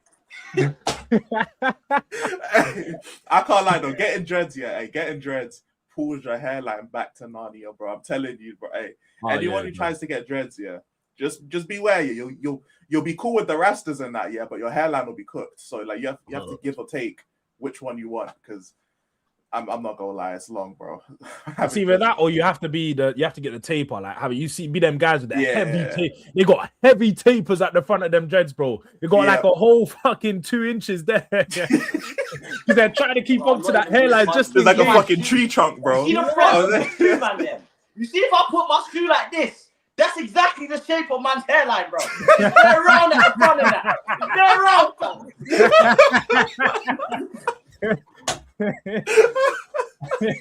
Hey, people, this is what your team stressing you out will do to you. I promise you. Like, and then they want to know why we celebrate on the last day. This is why. This is why, bro. It's because it's bigger than Tottenham.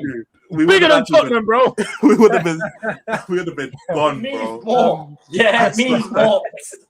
It's not just about football; it's about hairlines too, bro. It's about a lot, bro. It's about life, cause life was falling apart at one point in the season, like for real. Oh shit! Oh my God. But looking ahead, we are obviously going into transfer window that opens up in 11 days.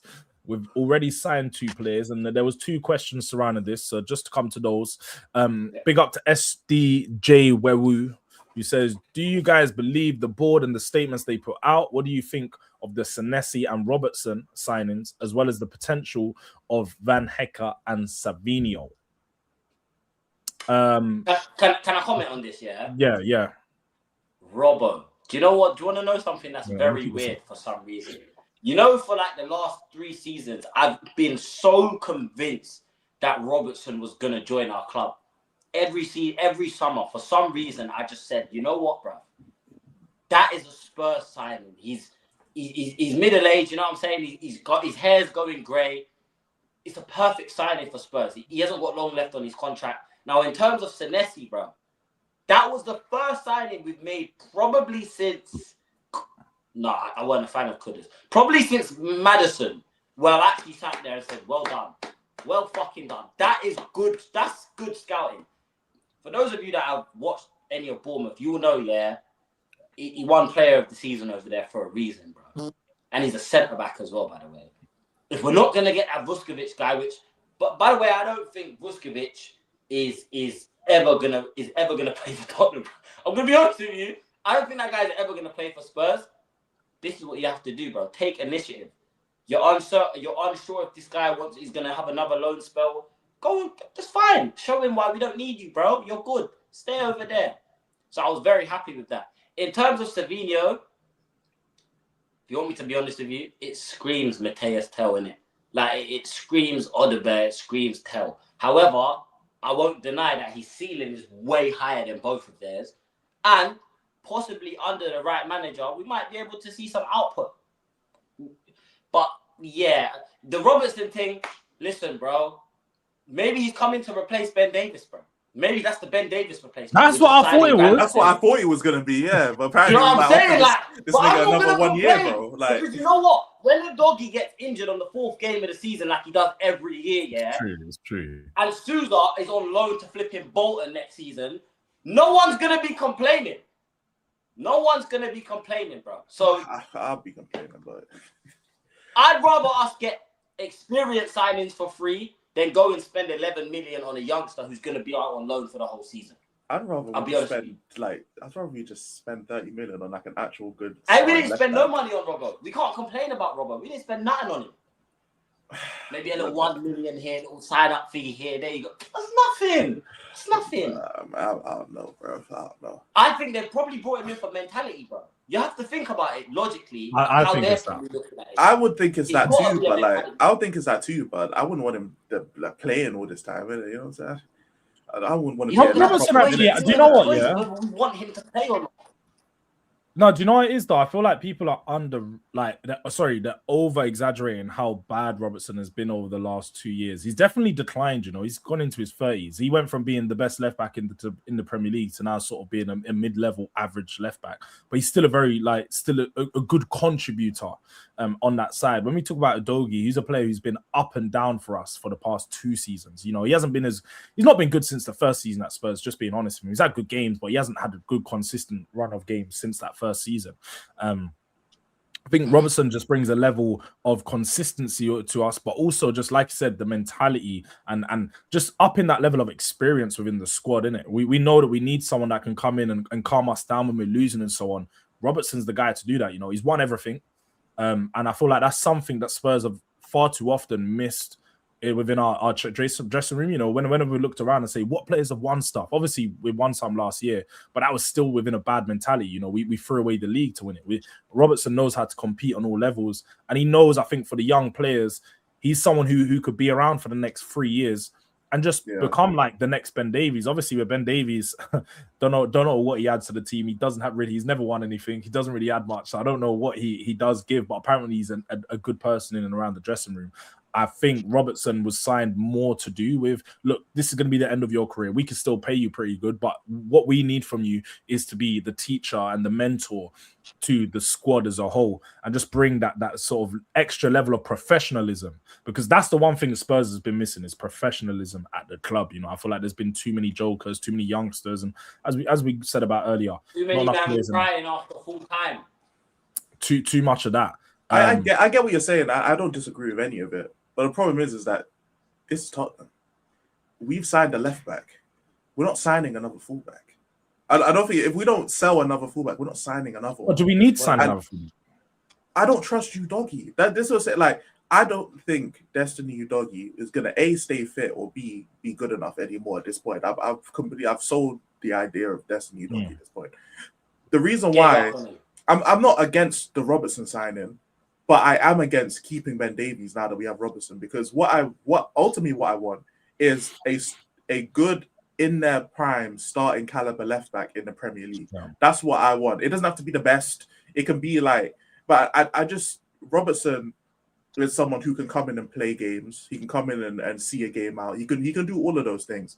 But if Destiny is gonna get injured at some point, because that's what he does, Sousa is probably not going to get minutes because he's 19, fresh out of Brazil. And obviously we have Jed Spence as well, who has to get minutes as well. So like, unless you sell Udogie and Spence because of primary left back, Spence don't get injured that much, and we have 1 game a week. But like, we're Tottenham. We've been getting bare injuries for the last 2 years. Why do I feel like it's going to stop now? I thought originally that it had something to do with the style of play. We've had ultra attacking play. We have an ultra defensive play. We've had pragmatic play. We've had possession play. We've had long ball play. We've had counter attack play. And the injuries have been rampant no matter what we do. So I'm just going to go into next season assuming we're going to get a bunch of injuries. And even this, or I guess last season now technically, there's a reason why Brent Davies broke his leg or broke his ankle. It's because he was playing starting left-back minutes for us because our players were injured.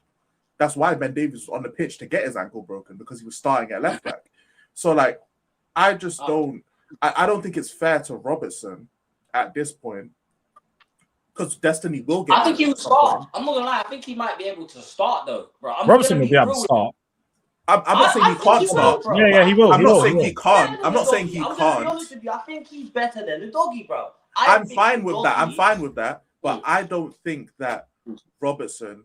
I think Robertson should be the immediate backup to a left back. That's what I'm saying. I know Destiny's going to go down at some point. I get you. So, and with the way things are going, I don't know what the plan is for Spence, whether he's going to be deployed as a left back or he's going to be deployed as a right back. So what I'm saying is, if Spence is going to be looked at as the backup for Porro, then that means Robertson will be looked at as the backup for Udogie. What I'm saying is, sell Udogie and get a Premier League starting like left back, and then have Robertson as the backup. For that. That's what I'm saying. I do get what you mean. That's what I'm saying. I do hear that. I do think the left back. Like, I agree about Udogie. You know, I don't give up on Udogie, but I have sort of resigned to the fact that I don't think he's going to be like after his first season. I thought he had potential to be one of the best left backs in the Premier League. Don't think he's anywhere near that level or will be near that level, to be honest. And he has too many injury problems. So I do agree with what you're saying. I do think that just the left back's not an immediate issue this window. We've got some other key positions where we have to invest in. So that's the only reason why I think Spurs have probably got Robertson as a stopgap, and probably Udogie, we sign an improved left back next summer. Because if we imagine, like I said, look at some of these other players, Van Hecker. I don't really need to touch on Senesi because I think you got it spot on, Jay, and I don't really want to just repeat what you said, but very, very good signing. Senesi is for free as well. Very, very good signing. Van Hecker. I don't know how he done it. I don't know why he chose us, Jords. Why did he choose us? I've literally said it. I said I'm surprised Chelsea, Liverpool, and some of these other teams who were in better positions didn't go in for him. But clearly we was in early, and that's the thing. Apparently Van Hecker, another one, that Sizzy guy on Twitter's put a tweet out back in April linking us to him. Apparently he wants Spurs. He wants to play back under De Zerbi. Could get a deal done around £50 million.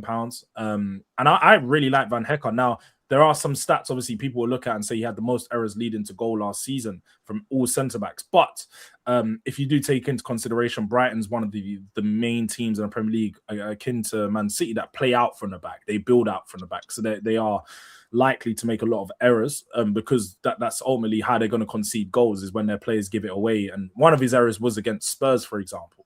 So he is a player who, for me, adds us a lot more stability. He's better on the ball than Romero, with his consistent line-breaking pass ability, better at carrying it. And he's just more consistent. That's the thing. He'll give us... I don't think he's going to be... Like, on Romero's best day, he's not better than Romero on his best day, but he'll be better than Romero across the full season because he's consistent in performance. And he's fairly young. I think he's like 24, 25, coming in at a good age.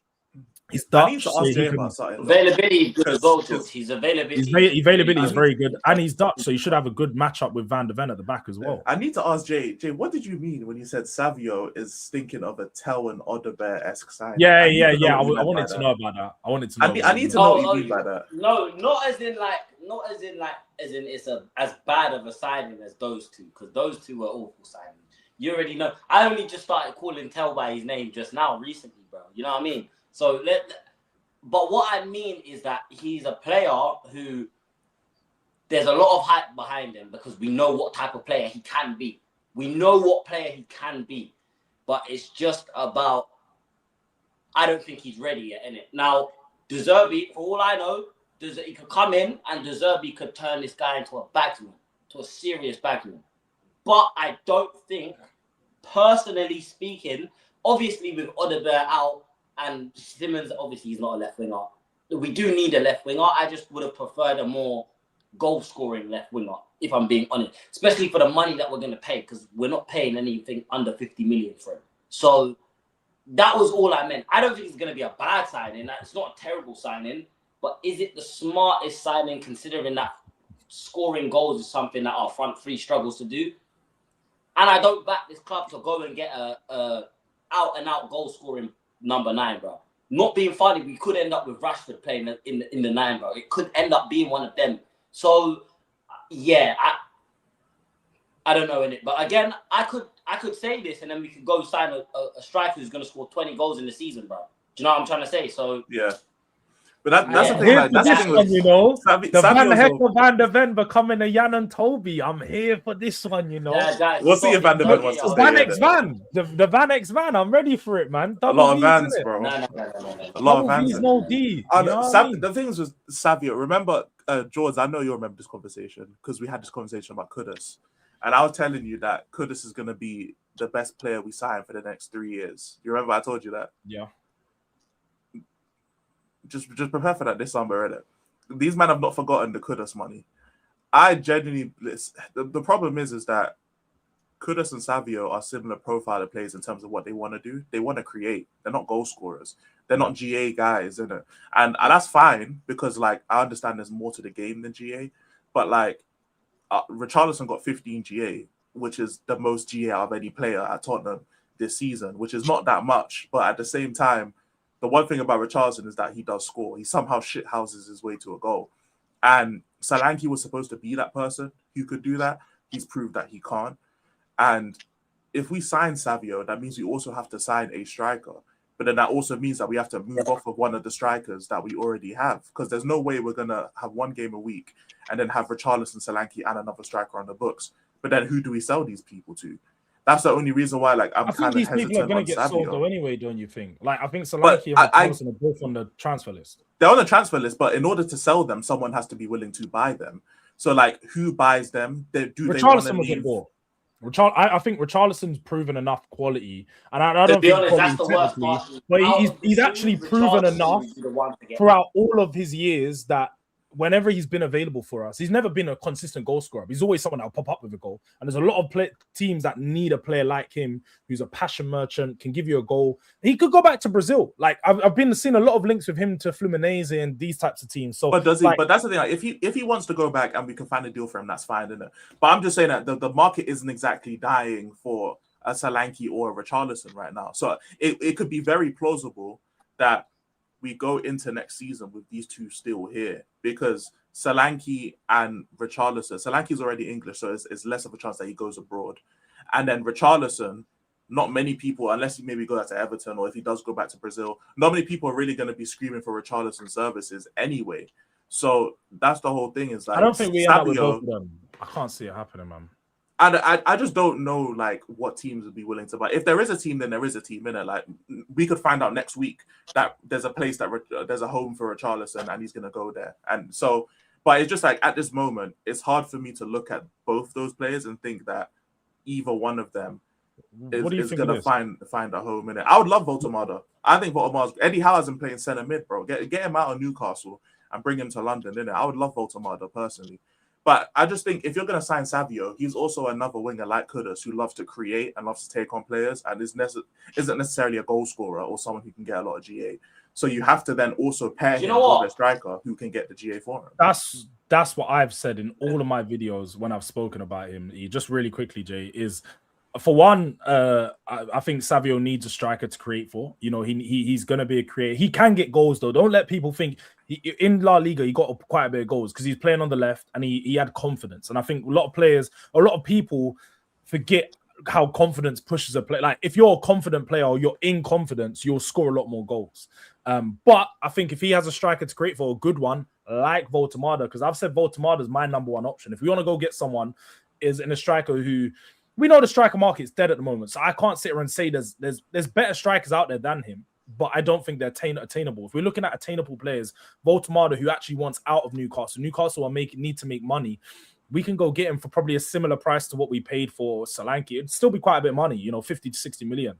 But we're talking about a player, for me, who's very good technically. He's got a real good technical level, but is also really strong in the air. He showed that early on for Newcastle. He scored a lot of headed goals. And with Kudus and Savinho on the wing, that's how we're probably going to create a lot of goals next season, is putting a lot of crosses in the box and having a striker who can score directly within the box, a fox in the box type player. Solanke's not that, and Richarlison misses too many chances. So I would go in for our Voltemada. He's been my number one option. But sorry, Jay, you were going to add in...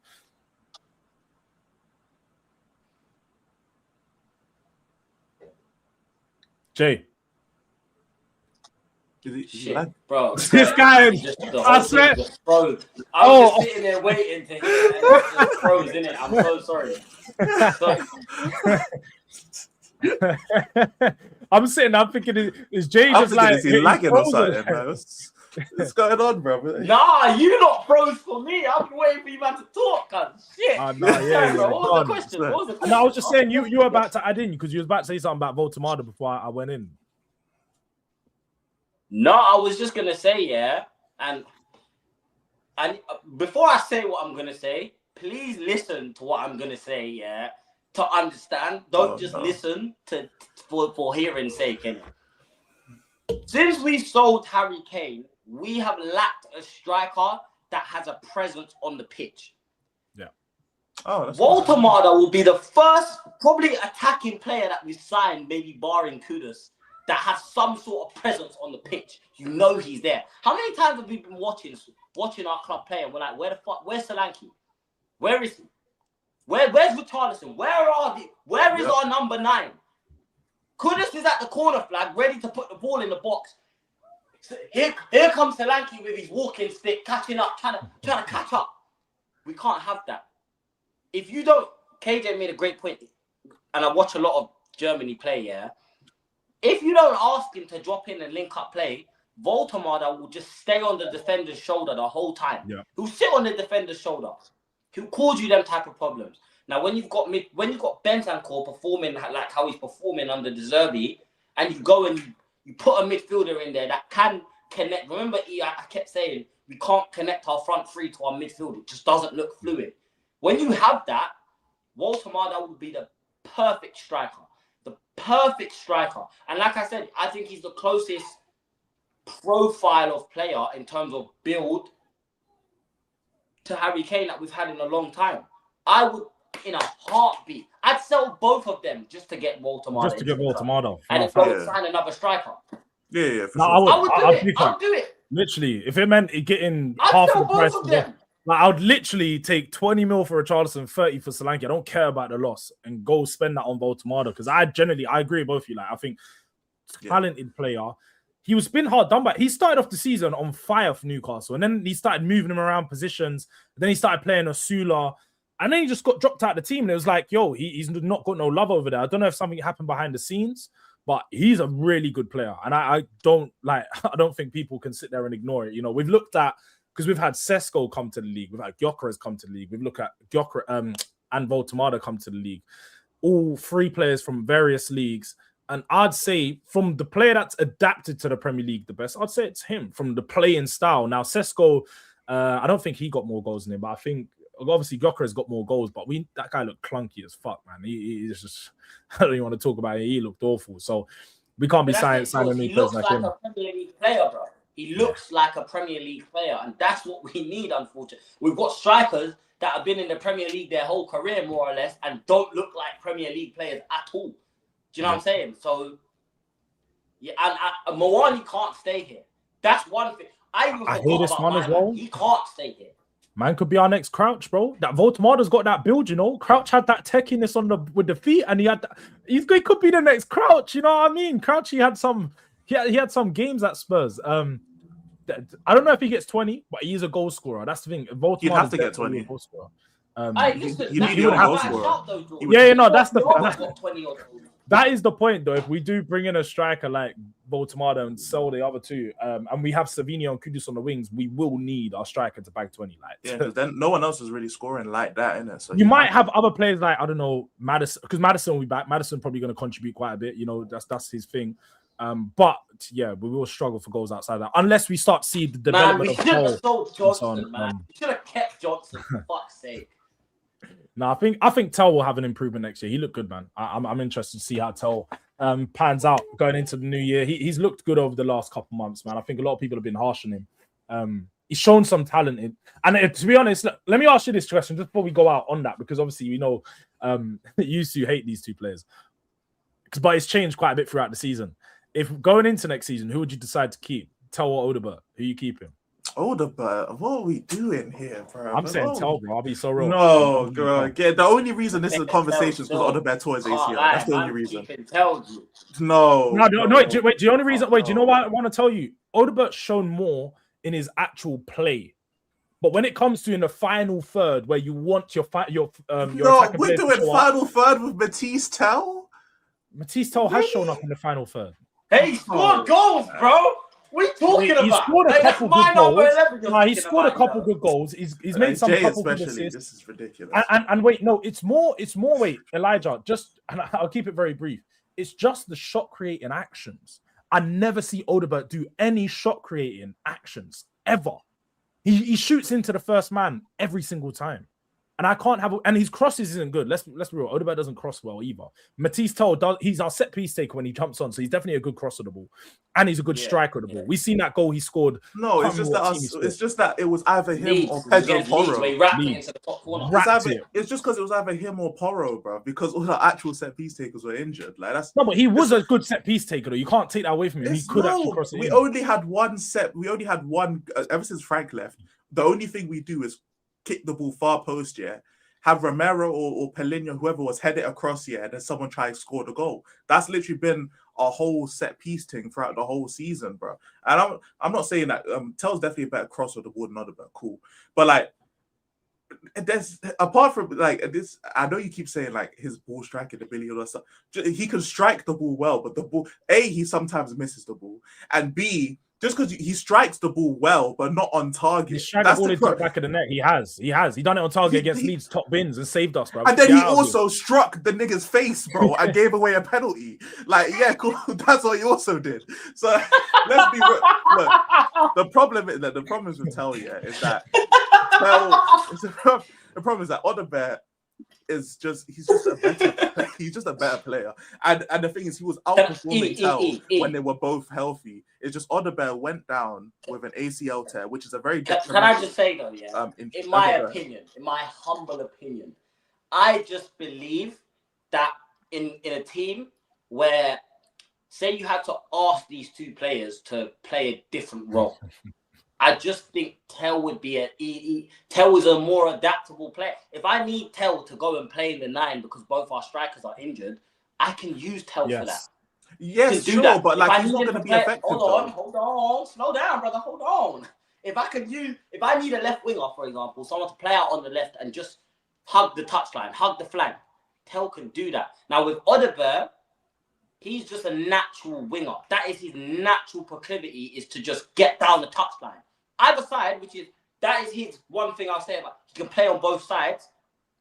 However, like we said in it, and this is very dependent on whether we get a striker in. Yeah? If we get a striker in, then I'd say you can let Tel go.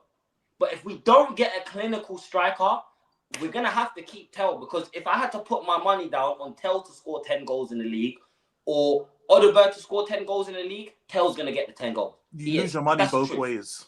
Either way, you lose your money. If you make that bet, you will lose your money no matter who you bet on. That's the thing. Okay, I'm going to say, Tel is not good enough of a goal-scoring threat, to offset the actual creativity that Odobert has. He's not better on the ball. In my opinion, he's not even better off the ball. Matisse Tel as a 9 is not good. So even if you can play him there, doesn't mean he's going to perform. He doesn't perform. Tel on the left wing, he is better than he is in the 9. But let's be honest, all he does is either cut in and blast the ball in the top row, or he spams crosses. That's all he does. Okay, and I can't believe this. The problem I have with the transfer, like the way we view Tottenham squad, is that these players are. They're all grouped up. I was gonna say they're both backups. They're both backups, they but both also could easily be sold.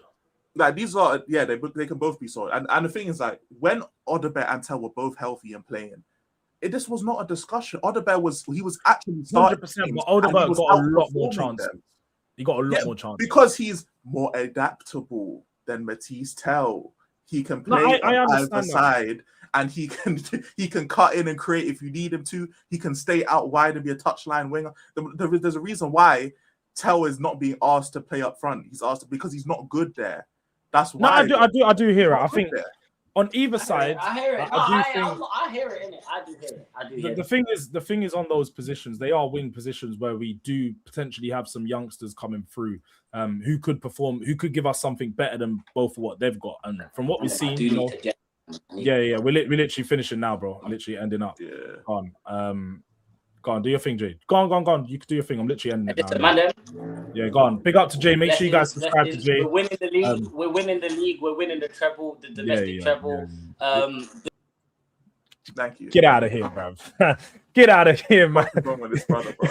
Don't know what's wrong with this guy, he's just going mad. He's going mad.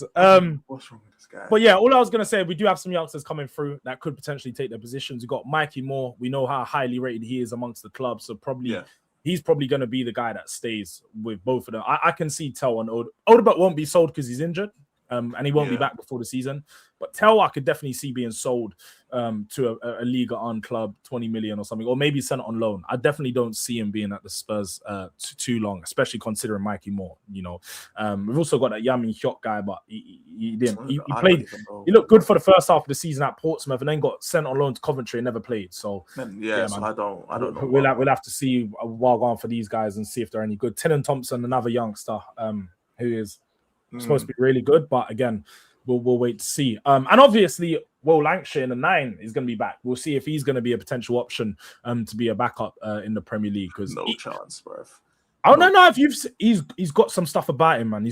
I don't know if he's ready for the Premier League. I think another loan at a lower level, a top championship club would be good for him. but he's a good youngster, man. He scored a decent amount of goals in Championship last season. But yeah, man, look, people, big up to everyone that's been inside. It's been a long stream. I don't think I've ever done a 2-hour stream. It's been a long one. Yeah, apart from watch along. But you know, big up to the man then for coming inside. Big up to E.